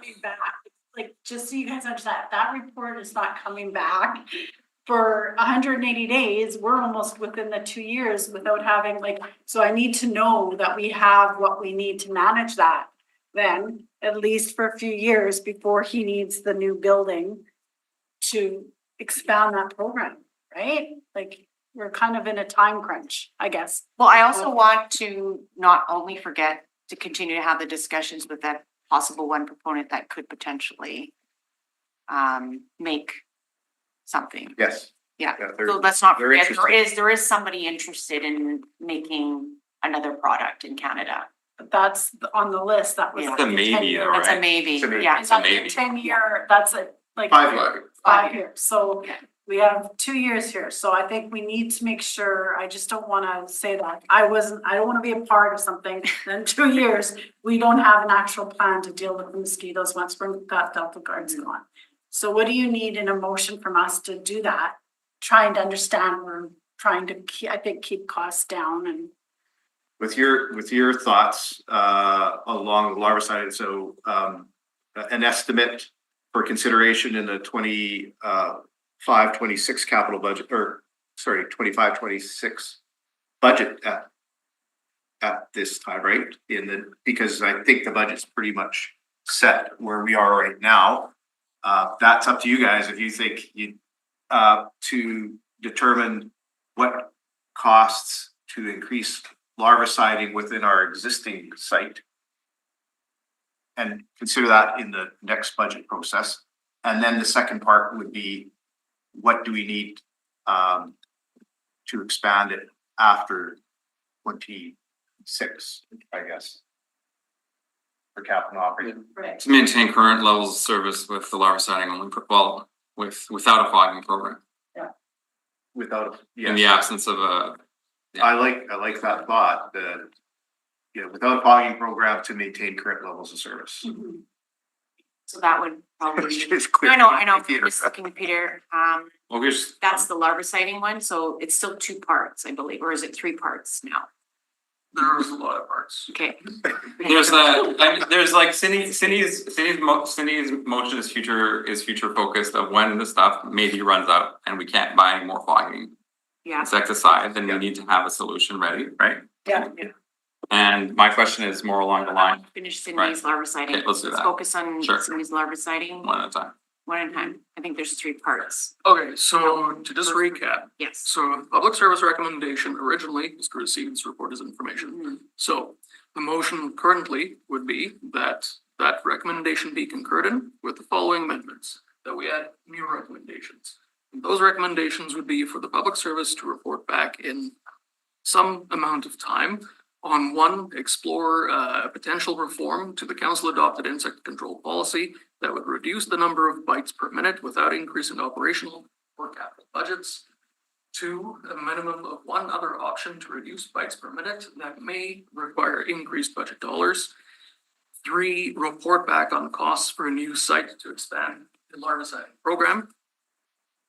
Then I have direct the public service, in essence, to talk to the public service to increase green infrastructure dollars to reduce stormwater runoff, to reduce mosquito breeding grounds.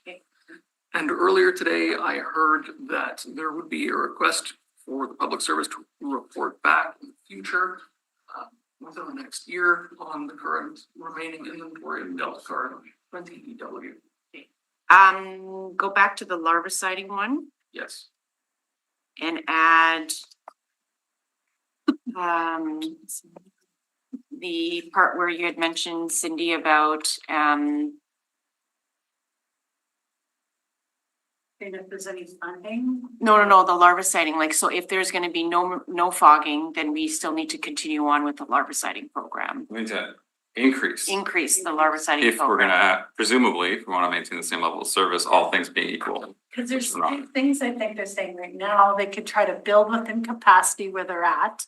But eventually you're gonna need the extra building. Very good. So what do you need in the meantime, like that, the other one more, the 12 million, like that's another kind of budget ask for another day. Yeah, But you that's might what wanna you have get written.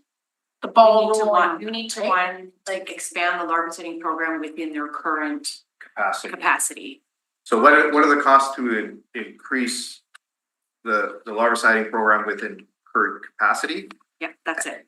So what I have written is a report back on costs for a new site to expand the larviciding program. Is that sufficient? That's good, but we also want to look at Existing Existing in the capacity. existing site. within So the, costs for expanding the existing site. No, cost for expanding the existing capacity for larviciding, and then costs for establishing a new site. And that's the break off. Yeah. Can I just add something? It might be helpful. You're doing an amazing job, Peter. I'm pretty impressed. Just saying, because we're throwing lots of things at you.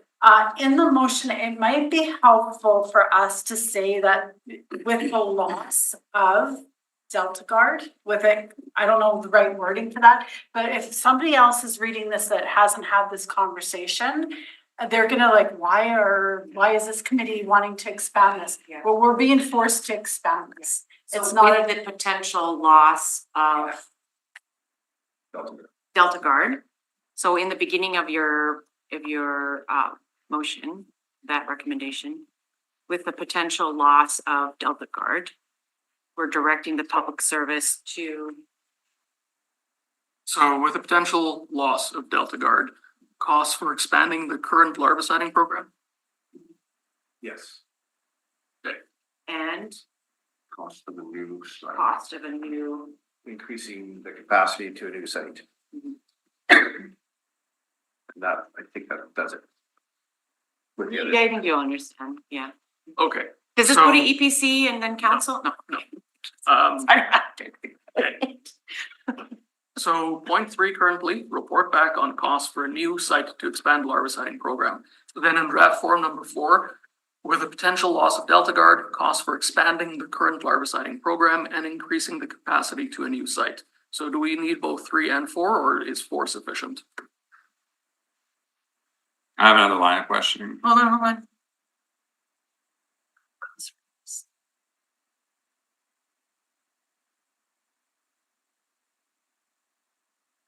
So here, for the new site to expand larviciding program would be this part here. Okay, Right, so we can yeah. delete 3. Yeah. Okay, beautiful. Yeah. Okay. So, let me ask another question, Madam Chair. Sure, So I read that there has one more been, minute. there has been a decrease in mosquito bites over time. The AFA measured mosquito bites per minute, downward trend from 16 to 23. Like, I'm just wondering, now I'm like rethinking this, like, if bites per minute are going down, is the cause the program, the city run program, or is the cause just the change in environmental factors? Perhaps the answer is a little bit of both, but how do we measure success if the climate fixes the mosquito problem and we're fogging, Not talking. we're not fogging anymore. We don't need to fog anymore because there are no more mosquitoes. That's why I have a motion to have them come back and tell us how much they've fogged. Yeah, but in the department's opinion, like is the downward trend, is it possible? Do you have an intuition in terms of like, is it the program or are there just less mosquitoes? And if there are less mosquitoes, is that trend going to continue, do you think, or not? What I think we would say is that we have had a relative drought over the last 5 years. Yeah, The exception being this last spring. But then we had a drought in the fall. So David also monitors the amount of water that goes over winter too. So already it's probably not gonna be, unless there's a big snow load, there probably won't be as much standing water as there could be. Would that be fair to characterize, Dave? Yeah. Yeah, no, I agree that, yeah, it's been over the last almost decade, it's been a relative, most years have been drier. And that's led to an easier ability to have a successful program, yeah. so how can we save tax dollars? How can we have a flexible and nimble program where we can save money if there are less mosquitoes, I guess? Well, we have the reserve, and then when we do have a surplus, we put the money into the reserve. So you are nimble is what you're saying. Sorry? You're nimble in the sense that you can, We have a reserve, yes. you have a reserve, We don't spend, we don't have to apply all the pesticides, then we okay. put money into our reserve. And then how 30 more often, seconds. how often do you not reach the level of service prescribed by the city council policy? Does it happen often that you don't have the resources to get those bite counts to under 25?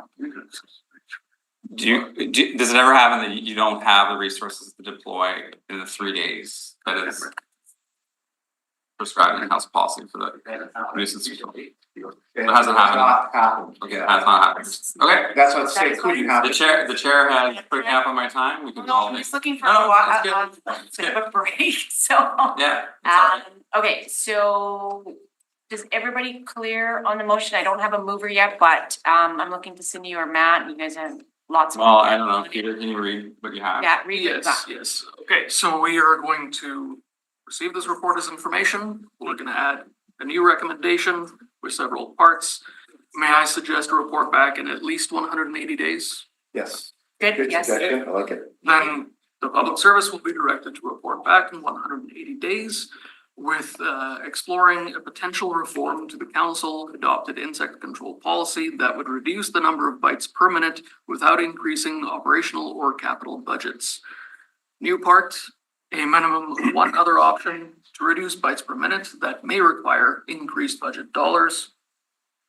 3, with the potential loss of Delta Guard, costs for expanding the current larviciding program and increasing the capacity to a new site. 4, that the Winnipeg Public Service be directed to report back on the potential to reduce mosquito breeding grounds by reducing stormwater runoff through an increase in green infrastructure dollars. That one I did rework a little bit.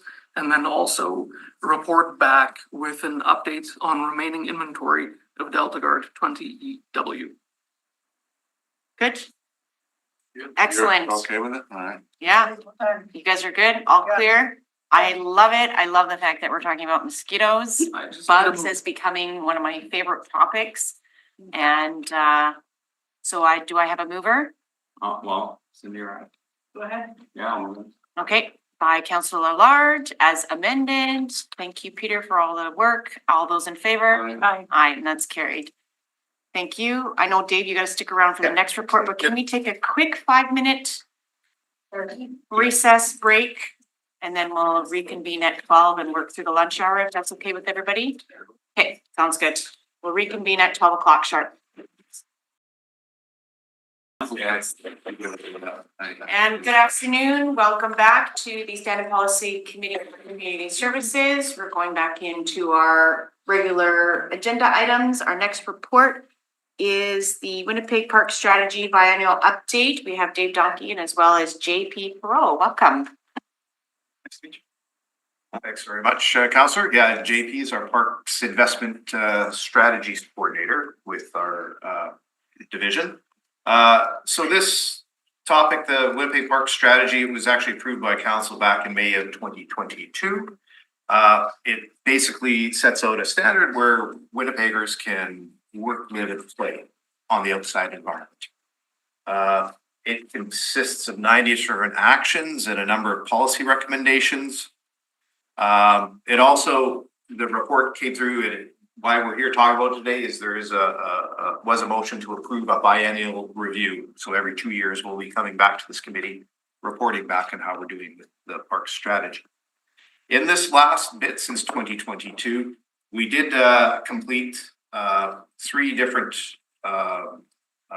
action items, the development agreement parameters with the developers, park development guidelines and design standards, as well as the Winnipeg Comprehensive Urban Forest Strategy was completed, and that was also approved by Council since 2022.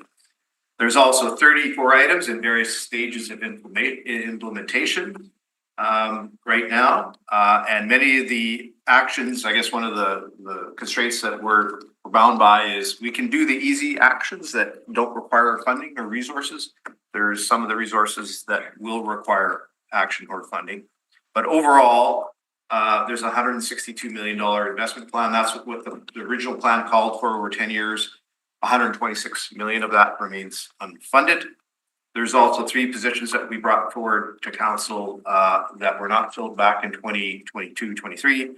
The Parks Agreement Coordinator, the Habitat Restoration Technician, and the Asset Management Technician. There's also another position, we found a way around that. There was 4 positions originally, but we have a Parks Planner position that we found resources for. So overall, we ended up with 44% of these action items are either completed or initiated, and 56 are outstanding. The status of all these different action items are listed in the table, as well as the status of the capital budget, and where it's at is also listed, I think, in Appendix 2 or B. So that's a high level. I guess the only other thing is to address, the delegation spoke about one component of this, and the component was about parkland acquisition, working with NatureSmart, which I would like to confirm. We have touched base with the group. We have met with them, and we're continuing to meet, looking at options, but it's basically what they said is the more likely you're to have matching funding for purchasing of land, the more likely you are to get their funding, right? So right now we don't have any funding for land acquisition, and it was not passed in the park strategy originally after 2022. So that's where we're at. Thank you. Any questions? Yeah, follow-up questions? Yes, Councillor Gilroy? I'll probably have quite a bit, just so I can understand this. Sure. Okay, so one of the things that I thought, and it's too late to talk about the park strategy, but I just want to make sure that I'm maybe not missing anything, is I don't find anything here in aging parks. Like a lot of it talks about, adding more park space, adding, which is all great, but it doesn't talk about like what we're doing with our aging parks and how we kind of renew them. Am I missing that, or is that? You're missing that, yeah. It is in there? Yeah, Okay, yeah, okay. we're looking at, asset management is JP's middle name. And, he, believes in life cycle management, and we talk about in the strategy about provisioning of different assets, different service level, provisioning of parks, amenities, tennis courts, what each neighborhood should have and where they should be located. Okay, so is there like an actual budget for that? Like, do we have a budget line for us to do that? Cause like, as we're increasing parks, that's great, cause now we're putting in new parks, and a lot of that's done through our development agreement parameters and all that kind of stuff. But like, other than I've been saving my LDR for years, and I do think maybe a portion of our LDR might be able to go to buying up some of the parks funds. I think it's a good debate for us to have here, council. But in terms of like, there's not much in our original parks budget to increase so I'm saving mine for like my spray pads and stuff that I'm gonna have to deal with, right? Is there a budget line that's increasing in the next year's budget for aging parks? So for next year's budget, I guess they're broken down to sort of the downtown parks improvement program and the regional parks improvement program. Okay. So one of the main lines that was put forward, the park strategy, was actually the community neighborhood parks program. And that's one of the programs where you would probably find a lot of the access to renewing the assets that are currently on the landscape. So when we put these numbers together back in 2022, we did pull data from our parks inventory, just taking all the things that were kind of in that sort of fair or worse condition, a lot of things that we report in the annual park assets every year. And sort of put that number together at a very sort of high level estimate. Okay, perfect. Yeah, okay, I just didn't see it. Okay. We have a detailed inventory of, 65,000 different items in parks. Okay. And we have rated condition to each of them. You'll see a report coming forward in the new year about that also. Okay, perfect. Okay, so I just did miss it on the papers that I have. Okay. And then I guess my question is, in terms of park staff, because I did hear a lot that we have kind of, out of all the cities in Canada, we have very little. So just in terms of what we are working with for, because I know a lot of these are more coordinator positions. I'm not talking about the staff that kind of goes out to the parks. For this one, for the more internal staff, how many staff do we have for the city? Are we asking for? No, I got the ask. I'm just. How many do we have now? Yeah. Oh, just in parks are all, I only have numbers offhand for like internal staff.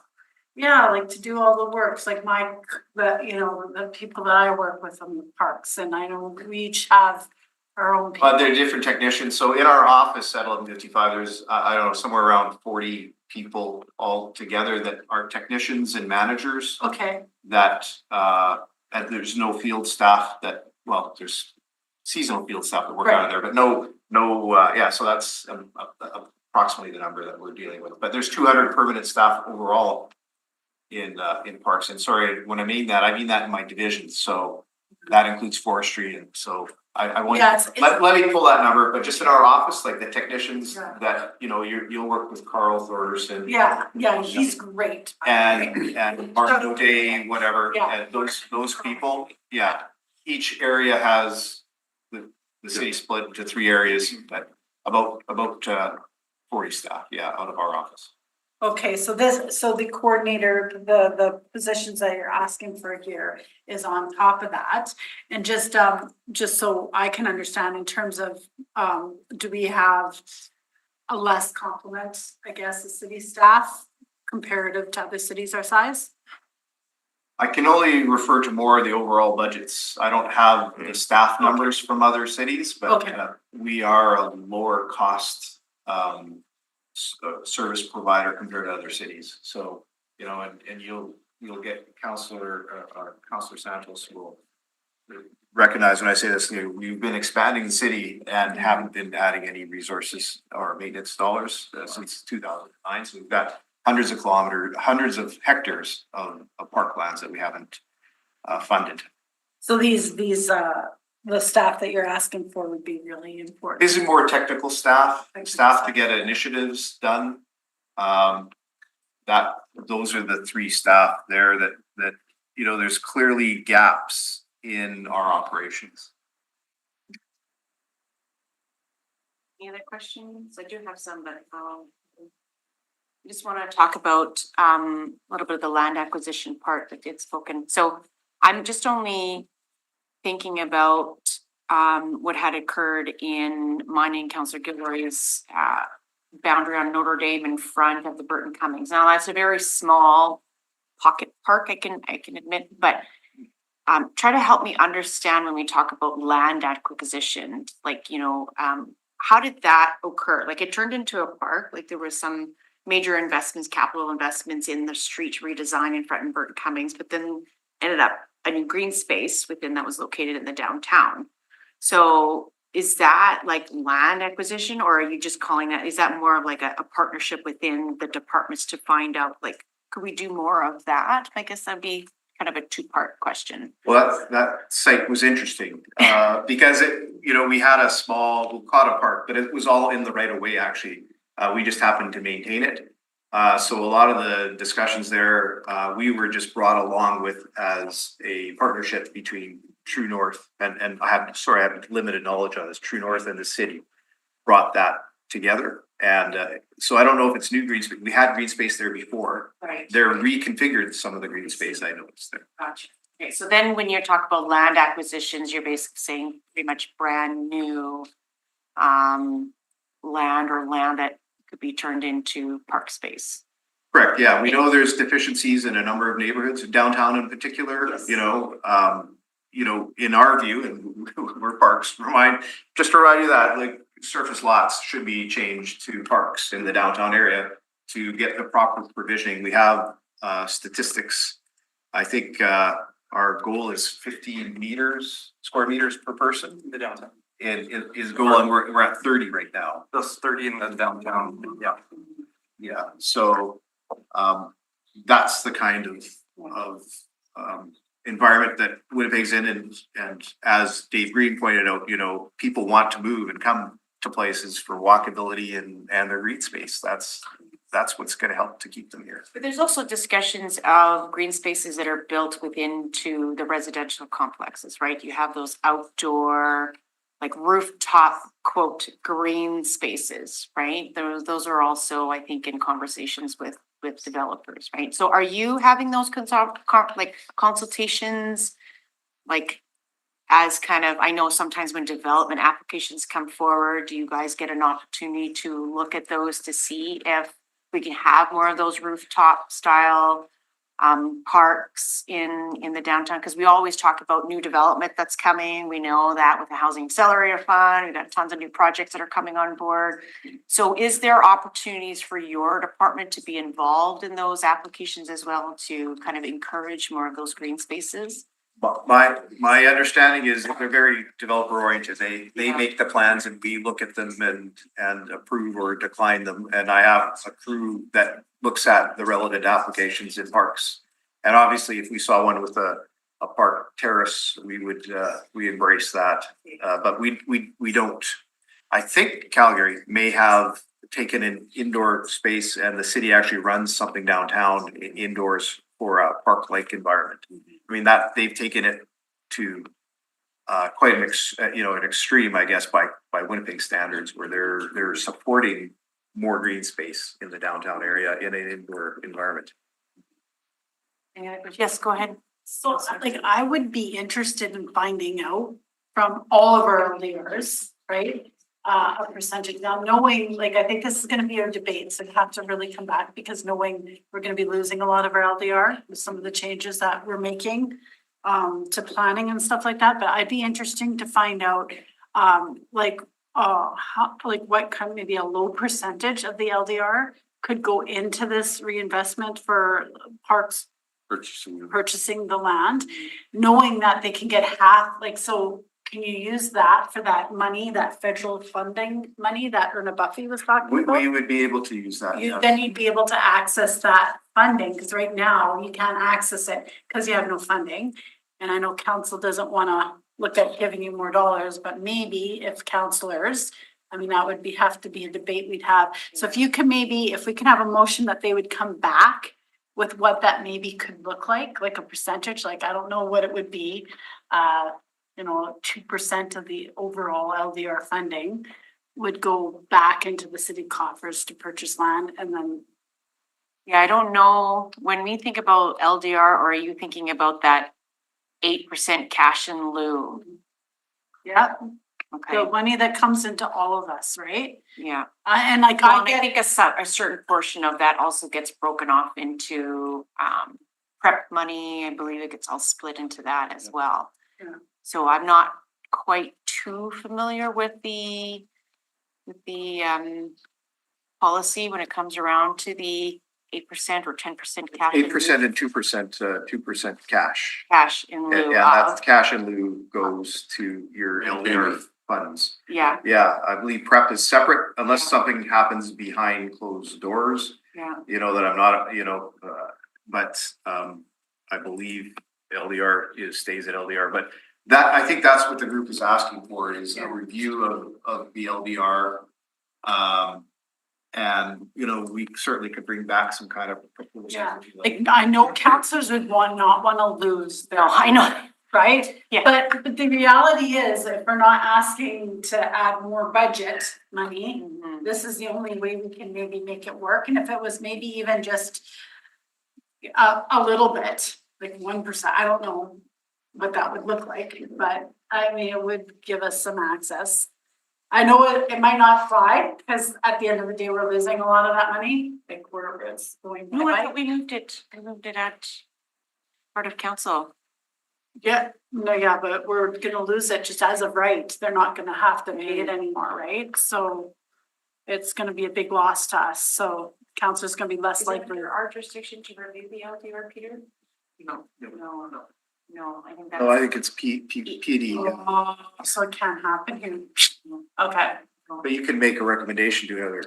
You can, but it becomes a little bit more complicated. If my recommendation would be if a counselor is particularly passionate about this particular. Move it at your community committee. Exactly. Yeah. Okay. Okay. Yeah. Any other questions? Otherwise, can we move this as for information? So, yeah, so it's just. But I think what you've got, Councillor Gilroy, is definitely something, It's a good idea. it's a good idea. I don't know if it is or not, but I need them to come back with the Yeah, information, and- but it's up for today. For more conversations with other councillors. Yeah. Because if you're gonna be kind of going into their LDR, I don't know what some other ones So- feel about that. There is an ask though of the department, and I'm willing to put that forward to the budget working group, because I mean, if we're really gonna be serious about this, we need the staff in order to do that. So I can put that motion forward. But the staff that is required go to the budget working group for review.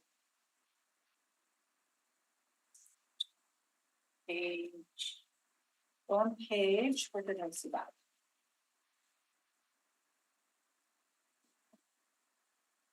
Oh, implications of the recommendations, as this is a status update, there's no direct implication to receive it. However, it's important to note, so I think it's the third one. Yeah, it's. There needs to be a On page recommended 7. alongside and further referred through the budget, but that's 2024 process, we're now in 2025. So you want to move the 4.0 FTEs recommended by Park Strategy be forwarded to the 2025 budget Working group. Yeah. process? Yep. Okay. Okay, so refer that one bullet to the 2025 budget working group. Mhm. Discussion? No, it's. And does that go through EPC? This report does stay here. at this Stay here? meeting. Okay, Yes. but then that budget recommendation will just go straight to the budget working group? It doesn't go to EPC and then to council? Right. Okay. All right, all those in favor of the amendment? Aye. It's carried. Oh, Councillor Gilroy moved that motion? yes. Yeah. Thank you. I think you guys are good. Okay, excellent. Moving on to item number 5, Winnipeg Recreation Strategy Biannual Update. Good afternoon. Pauline Moyne here is acting director. Cindy Fernandez is away for a little bit. And with me is Jennifer Sarna, our manager of recreation services. So the report before you today is our first biennial update for the Winnipeg Recreation Strategy. So similar to the park strategy, the Winnipeg Recreation Strategy was approved by council in May of 2022. And along with the strategy itself, there was a strategic actions matrix to be achieved by the public service over the next, at the time, 1 to 10 years. So we're 2 years in towards that process. The matrix itself had 14 actions for the public service to review. And the last of them, the 14th, is what's here before you today, which is the biannual update. So within the body of the report, you'll find some information on each of the items from the action matrix, as well as the action matrix is included as an appendices. Unlike the park strategy, the action matrix for the rec services, recreation strategy, I should say, deals with the delivery of services. Our actions here aren't on capital investment per se, so they're dealing with more delivery of services. So within it, within the report and the information we've provided you, there isn't a specific, we've completed A, B, and C. Although we've categorized the actions into short, which is sort of 1 to 6 years, that's what we're talking about today. Even though we've accomplished a lot, these are actions that are going to continue on, and we're always going to be looking at them. So it's not like we've done something; it's not project specific. So within the actions, all of them are underway. There are a couple that have not advanced as far as we would like at this point, and they're as a result of requiring resources to do so. This report isn't asking for any resources; those resources were requested back in 2022 with the recreation report, and we were not provided them. But we have made considerable advancement on it. One of the action items that I just wanted to highlight, because there's been some change, there was some changes in direction, was action 11, which was to explore partnership opportunities through requests for proposals for expressions of interest for new multi-pad arena development.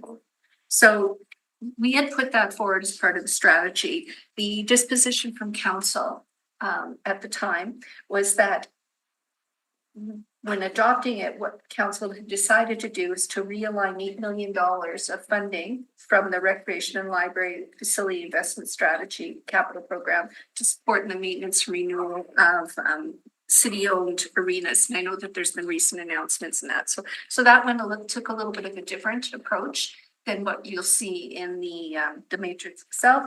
However, we do continue to add to our unfunded project, capital projects list, potentials for future twinning of arenas or expansion of the service. So there's a couple of other ones, if you wanted to note, that are moving along slower than we'd like to, but all of them we are still working on. The other one, that more significant one that would require funding, is action 13, which is investigating the establishment of a renewal reserve for future maintenance and renewal of the new recreation infrastructure, any new recreation infrastructure. Again, that any work that has to be done on that as we look at it will require us to bring back potential funding recommendations for reserve for future maintenance renewals. So that's everything, unless there's any questions. Madam Chair. Oh, I saw Councillor Gilroy and then Councillor Allard.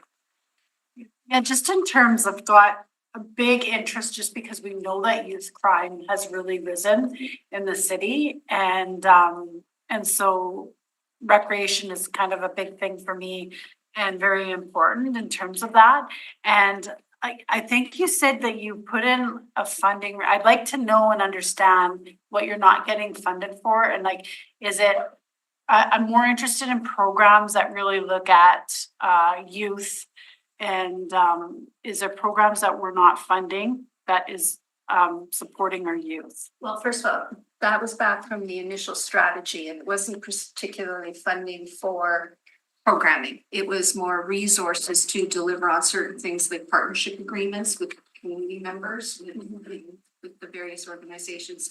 We don't have any positions to do that, so it's all side of desk. So it was that type of funding that we're asking for.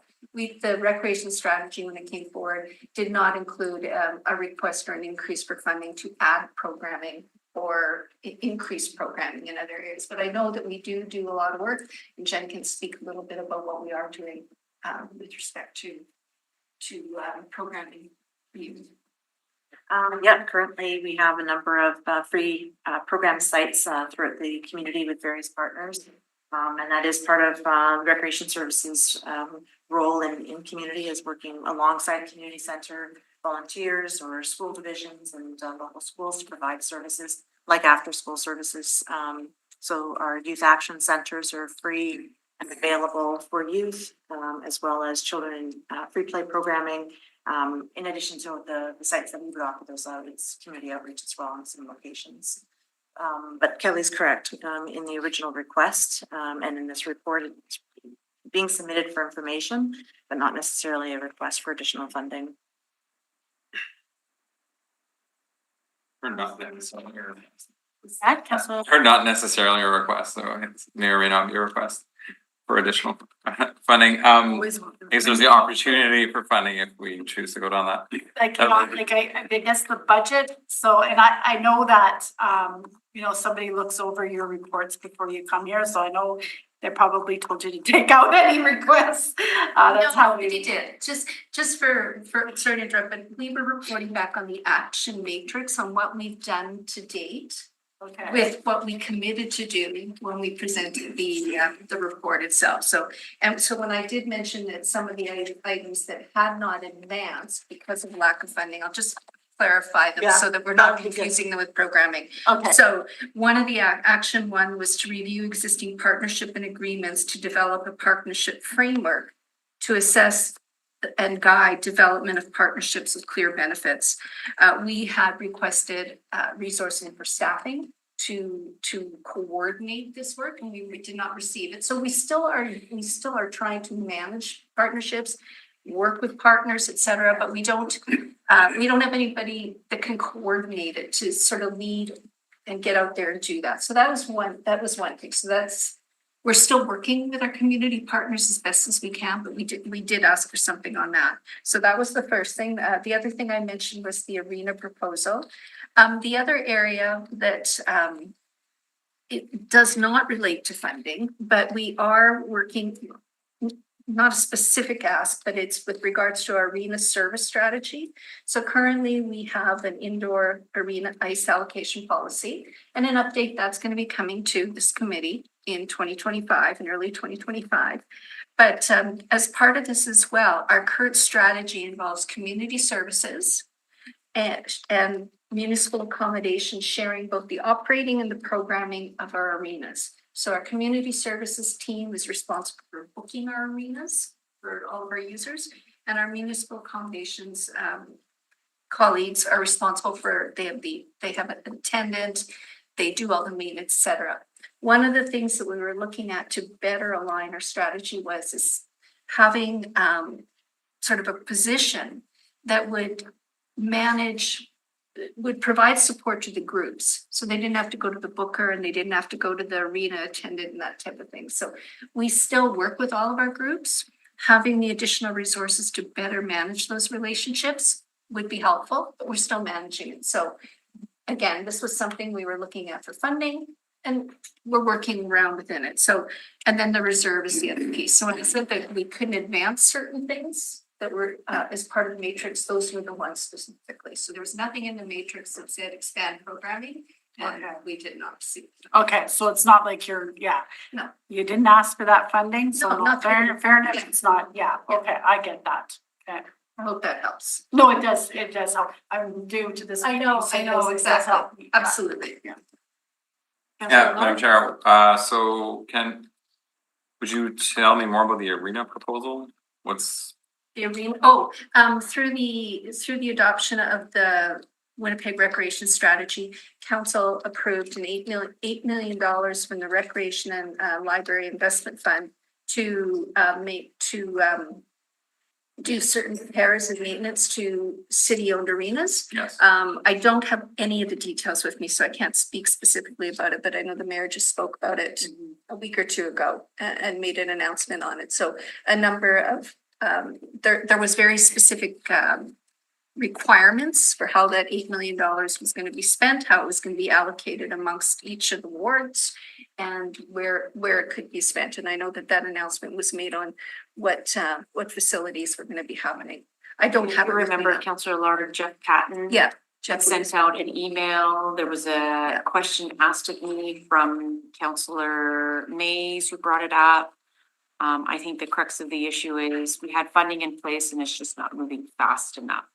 Yeah. Kind of, Yeah, Jeff spoke to that. yeah, and Jeff is aware of that, so. so I think, so I'm reading, so in 2022, I remember the vote. It was like, it just passed like with 9 votes, I think. It was Councillor Mays and I. And I'm reading that, so there was 8 million from 2022. It was For arena? part of it. There was a capital budget program of 50 million, and it's part of that particular. Myself capital and budget. Sherry Rollins wrote that strategy. It was a $50 million 3-year rec strategy. Yeah, Right, and as part of one of the projects within that was the $8 million was being allocated to this arena maintenance. Yes. Yeah. So and it's been that's- happening, right? Yes, Yeah. yeah. I don't have all the details with me. Again, municipal accommodations is managing the work on that side of it. But that was part of the Winnipeg Recreation Strategy Yeah. disposition. Well, it seems to indicate the direction here. So it says 8 million to existing arenas. Right, so originally was to go to new twin arena, then council said, no, spend it on existing arena. And now it says, however, we're now talking about RFPs for the development of a new multi-pad indoor arena, which may require more money. So reading into that, perhaps the direction is to get into that money that was meant for city-run arenas with a proposal to, I guess, invest those dollars in something new. We look at it through the Winnipeg Recreation Strategy, where we look at all of our assets.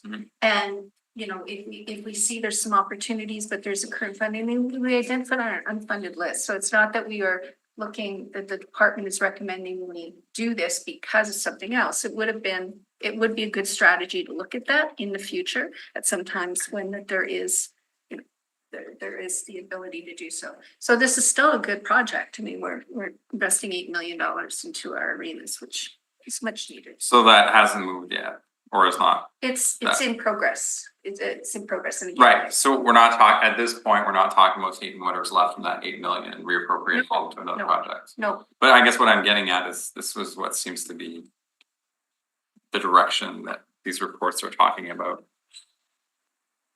Anyway, they seem to be leading in the direction of we want to do this new thing and it's going to need money.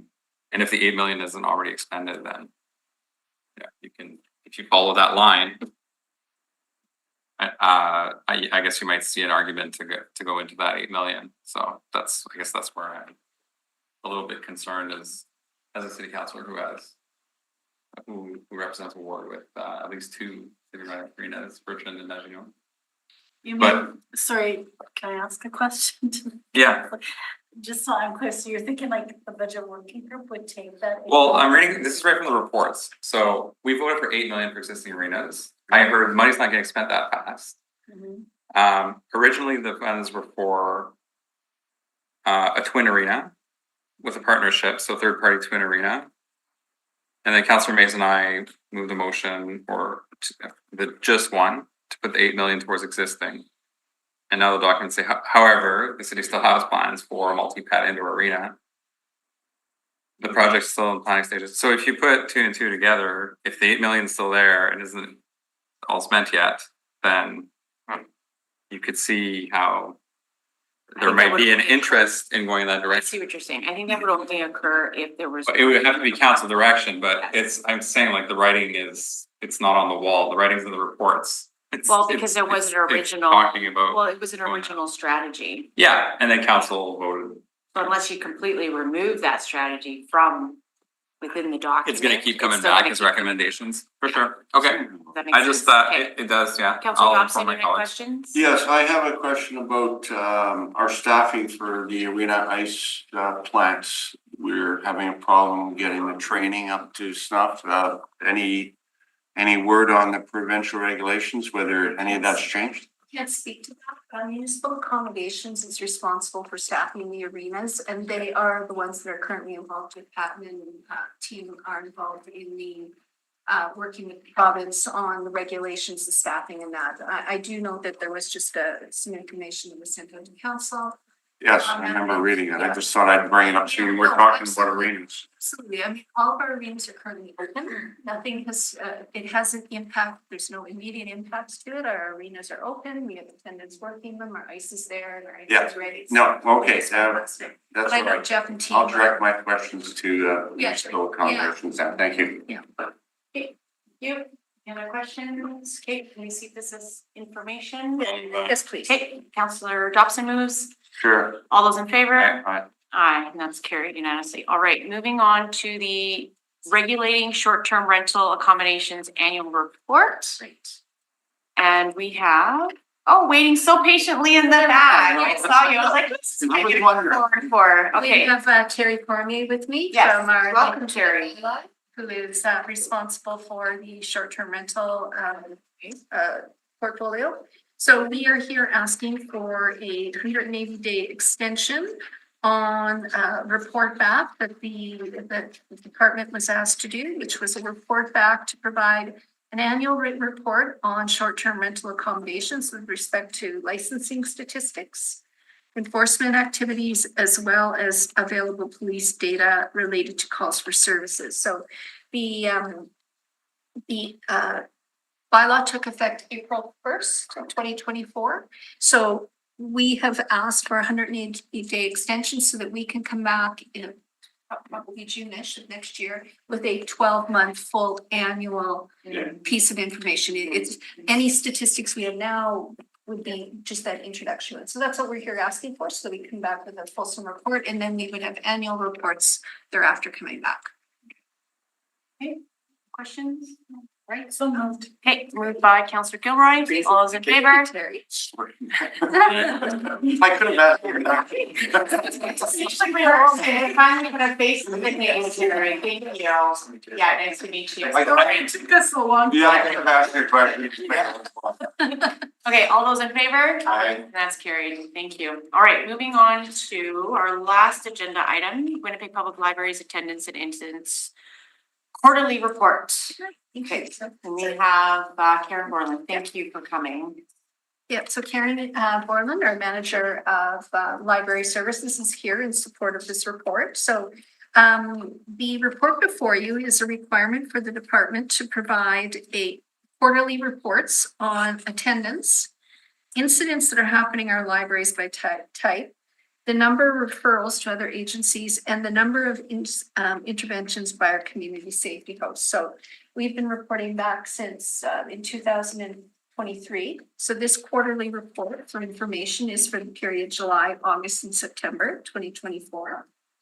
Just some of the highlights to take away from here. Probably highlights is not the word, but some of the things to take from here is that what we found for this particular quarter, that the data we're seeing on attendance and incidents are generally consistent with the previous reports. We also acknowledge that we do have a community connection space. We have reduced the hours. They had to be reduced during the months of June, July, and August because we had some staffing turnover, but starting in September, the hours match Millennium Library's operating hours. The community connection space itself continues to respond to the majority of customer inquiries when compared to our other service desks. And that we have our community crisis workers, our permanent positions, their interactions continue to increase as well as our attendance increases. So one of the things that we noted through this particular report, we've noticed it before, is that we are seeing an increase in attendance at all of our libraries, which is fantastic. We are also seeing an increase in the number of incidents happening in our libraries, but the correlation is the same. The percentage is staying the same. So we're seeing our percentages of the percentage of incidents as to actual people attending is relatively the same. So interventions continue to be handled throughout the library, Millennium and all of them. We continue with our providing our services outlined in the report. And throughout the report, you can see that there's a number of different statistics on total incidents, attendance for all of our libraries, as well as Millennium Library, of course. So, and then we have a fairly extensive, on page 7, a fairly extensive table on the type of incidents that we're seeing in our libraries with comparisons of prior periods. So with that, I'll just turn it over if there's any questions that you might have. Yes, go ahead, Councillor Gilroy. So this one's so maybe if you can help me understand why, I'm just trying to understand why we're closing it. If I'm very familiar with the space. I go there, I've seen it like jumping, I mean, and the people there, like a lot of them don't even use the library. So it's even, it's for people that use the library, but it's also people that are not using the library. Why are we closing it if it's so well used and so well liked? Like We received funding for it to the end of this year. Oh, okay. So it's not that the library decided to close it, it was a funding thing. Yeah, we were funded through the multi-year budget for funding to the end of this year, with the funding to assist with keeping operating it with temporary FTEs. We can't staff it from our existing staff, so we received it. So funding into the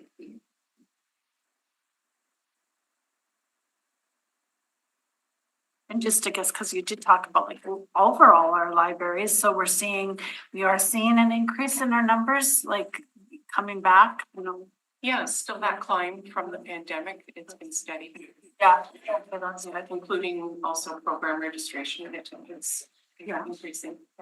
And just in terms, because I know that we've changed a lot of the hours and stuff like that.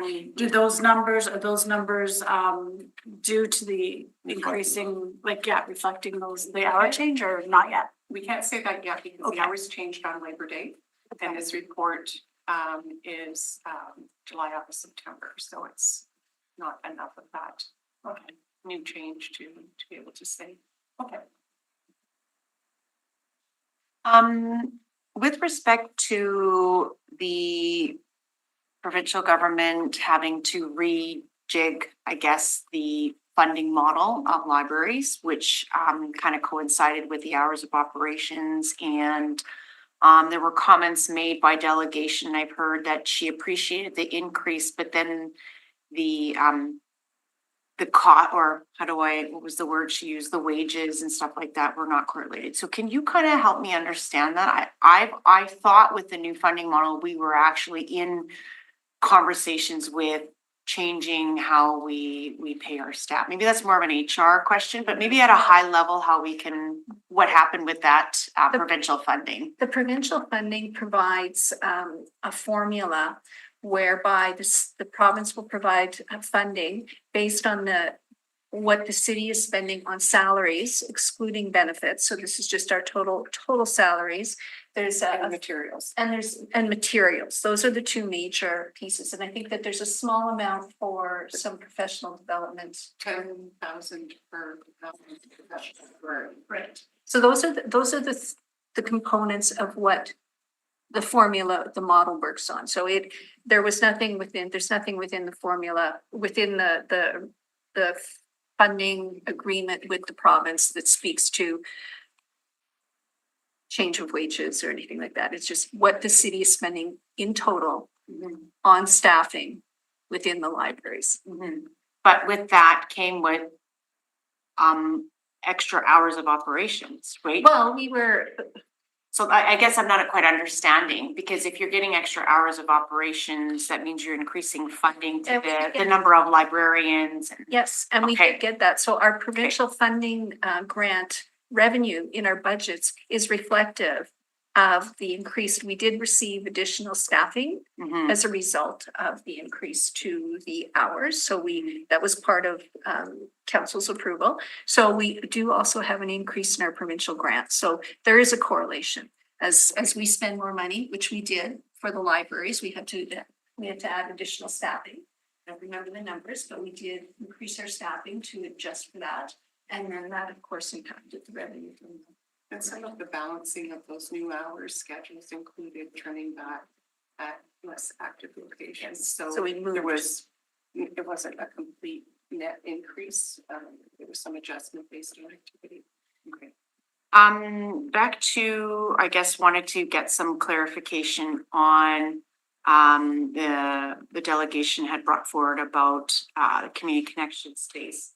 But then I also wanted to touch on, while the space is closing, we're not necessarily losing the other staff members that do the good work, like the community safety hosts, the community crisis workers that are still there, the security guards. I get it. It's a bit of a touchy subject. I know those will still be there. So help me walk through and understand, and maybe a bit of an education piece for my new counselor colleagues. Yes, I understand the community connection space is closing and we're losing the part-time staff, but there is still the community crisis workers that are providing the services in this report. They're still there. And the community safety hosts, while there's still permanent ones, but the temporary ones are gone. So walk me through that, please. I'm gonna let Karen do that, but I Okay. just want to clarify too, that remember, community connection space is about providing information. As we heard from our delegate, a low barrier place for people to come and ask information that they can ask within the library itself. And you heard from the delegation, it's in this report, the number of interactions at that one space is more than the other 5 service desks in Millennium Library. So we have to keep in mind, first of all, this is a place for getting information. So that's what it is. The community safety host program and the guards, et cetera, are within the library. They're not providing information. They're not, they're assisting with events and that are helping in the library itself. Right, the de-escalation and all that Karen can stuff. articulate. But we're not losing them. That's my still there. question. That's still there. That's what I'm wanting It's to just clarify. the community connection space will close, and with it, we won't, those, the FTEs, the staff that were hired till the end of the year will no longer, they won't be moving into the library. Let's just put it that way. Right, and it's more than part-time staff there, so there's 4.2 FTE in community connections, a librarian, 2 community crisis workers who are social workers, and 3 part-time library service assistants. So those terms end December 31st, and then the 2 community safety hosts that work in community connections won't be required in that space. But we will still have the 10 community safety hosts, 5 of which work inside Millennium Library throughout the building, and 5 who are assigned at branches outside of Millennium on an as-needed basis. So we have a contract with Persons Community Solutions for the community safety hosts, and that contract started May 1st, and that continues. Okay, and then the community crisis workers, I know you said that there's still 2 community crisis workers that work inside the library. So we have, right now we have 5. We have 3 permanent city employees who are community crisis workers, and 2 in community connections who will end December 31st. So we will still have the 3. We still have the 3, yeah. But I think the difference is, and this is how I'm understanding, it's the physical location of where these people are currently located. So the community connection space is physically located in the public space, the public realm in the front facing the Millennium Library. But the other ones that are still continuing on, past December 31st, they're inside the Millennium Library. They're inside the Millennium Library. They have office space. They Okay, work in the public space as they're needed. They also work across the city in library branches. They have regular visit times, and they can be called out as needed. so if there was an incident, let's just say that occurred in the public space, the community crisis worker and the community safety hosts that are inside the library could come out and deal and de-escalate. Yes, that happens daily. Okay, go ahead. So I guess my concern is because I've been in that space quite often, there's a huge amount of people that don't even enter the library, that use that space. So we're now, with all the concerns of safety with our staff and everything, now we're gonna have to have people go into the library, and that's where things can get escalated. So I'm concerned about the loss of that space. And so is the staff concerned about that? Yes, very concerned. Okay. And it's, I would just be a bit more specific about people in that space who they are receiving a library service. I understand what you're saying about not going, past screening into the library, the other service desk, but it is a true library service that's being provided in Community Connections. So I think it will be important with this quarterly reporting that we are doing in future reports to include reporting on what we observe and experience as the impact of Community Connections closing, because certainly people will come into the library, to the service desks that exist, and have a natural expectation of receiving a similar service. And there isn't capacity to spend the kind of time nor the expertise on those service desks to help people the way they're being helped in Community Connections right now. So I'd be willing to put the motion that we look at the budget working group, and maybe there's an opportunity for us to read, like, if they don't wanna, like, just look at realigning some of our budget that is going elsewhere to help support the same population. Kind of directed into that space, because I know that they're doing really good work, and I'm concerned for the safety of our staff, because I know that a lot of the people don't even enter the library, even though they are getting, like you said, library services, that support if they can. The numbers were there, I can even read them off. I don't have to read them off, but the services that they're coming here is clearly in this report is library services. But I do believe our library services have changed. And I'm really concerned because the issues that we're having out in community with unhoused people is not going anywhere. And they're gonna go to this library because that's the main library that's closest to all the supports that they're getting right away. I'm very concerned. Yeah. Could, this is a good conversation. Just gonna be, could I challenge the manager of the operations to direct its staff to, within its current budget, with the current community crisis workers that are there, with the current 5 community safety hosts? Because you guys do the operations. Could you then move the ones that are currently funded, that are going past December 31st, to kind of utilize that space on a rotational? Because again, you're talking about operations. I don't know what we as a council can direct operations. That's why I'm challenging the public service to do the operations. Yeah, go ahead, Karen. That, what you're describing, Councillor, would be a very different scenario. It would not be library service, because the community crisis workers are not librarians. They're not library service assistants. They're registered social workers.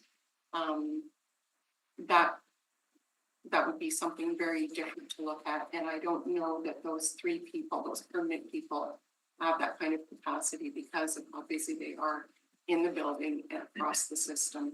I don't believe it's there. I'd just like to also add to it that when Community Connection Space first opened a few years ago now, we did attempt to staff it from within the existing complement. The hours were very limited. We couldn't staff it to the same operating hours as Millennium is, which it is now.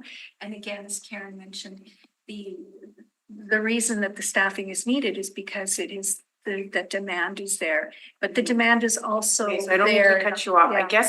I guess what I'm having a hard time understanding is if the incidences are happening on the public space area and not necessarily on the inside of the library, the physical, I'm talking about the physical space, but the community safety hosts are in the inside, how come they cannot come out and use? But it's not just incidents, we're talking about service provision. While the community connection space has people attending it that are not physically walking in through the entrance to Millennium Library, they're getting a service. It may or may not need a community safety host. They're there. They're not there to help with everyone. It's not, the community connection space isn't managing behaviors per se. It's assisting people with finding the resources that you need and giving them information. There are still incidents happening in the libraries. That's why we have 5 people in Millennium Library as community safety hosts assisting.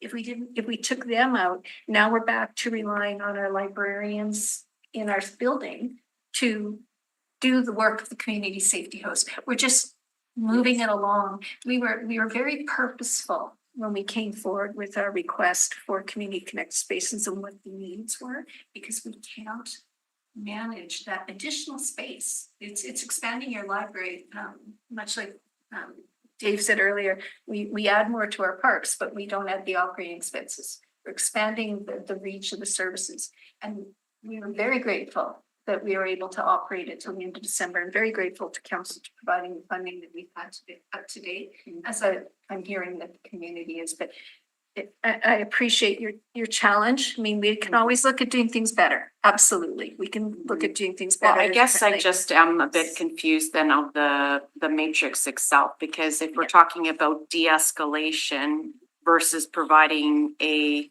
information service. That's what this report wasn't. This report was to provide information on attendance and incident types. Yeah. So that's what this report is providing. We're providing information on attendance in the libraries. Yeah. And we were providing information on incidents, but the report also is providing information on interventions by the community safety hosts and outcomes. This report isn't providing just community connections information on it. So I hope that clarifies it a little bit. Yeah.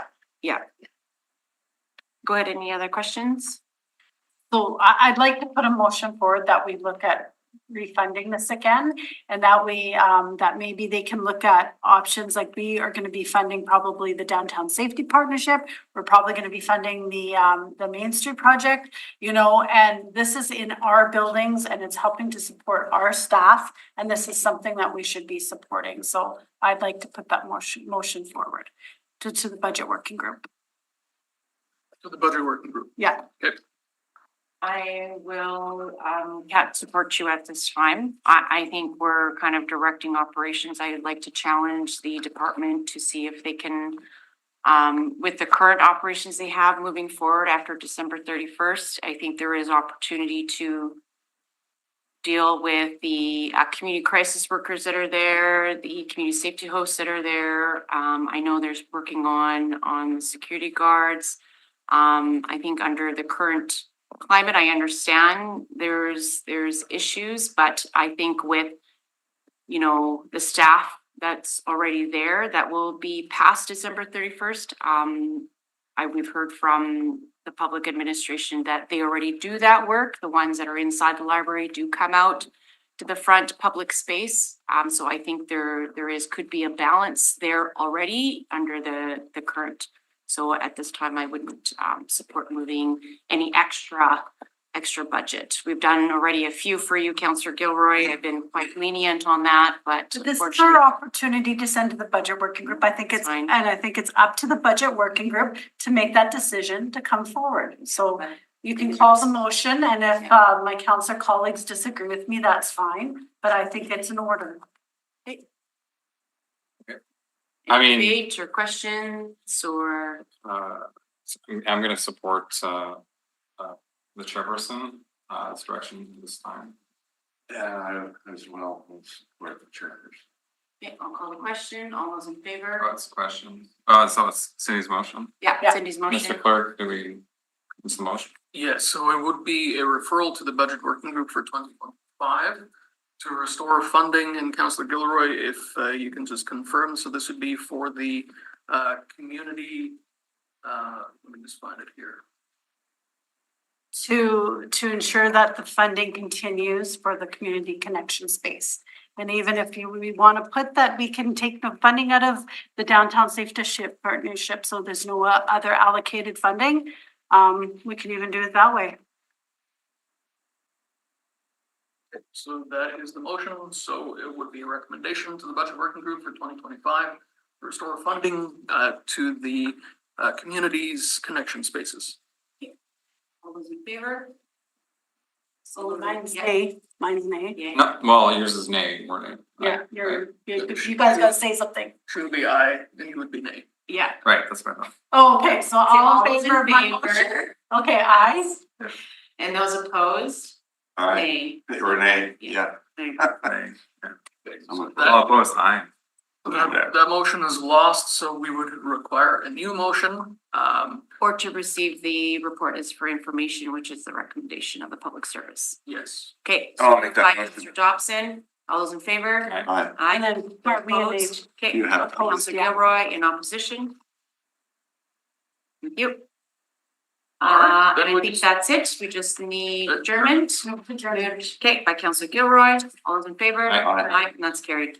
Thank you very much. Appreciate it.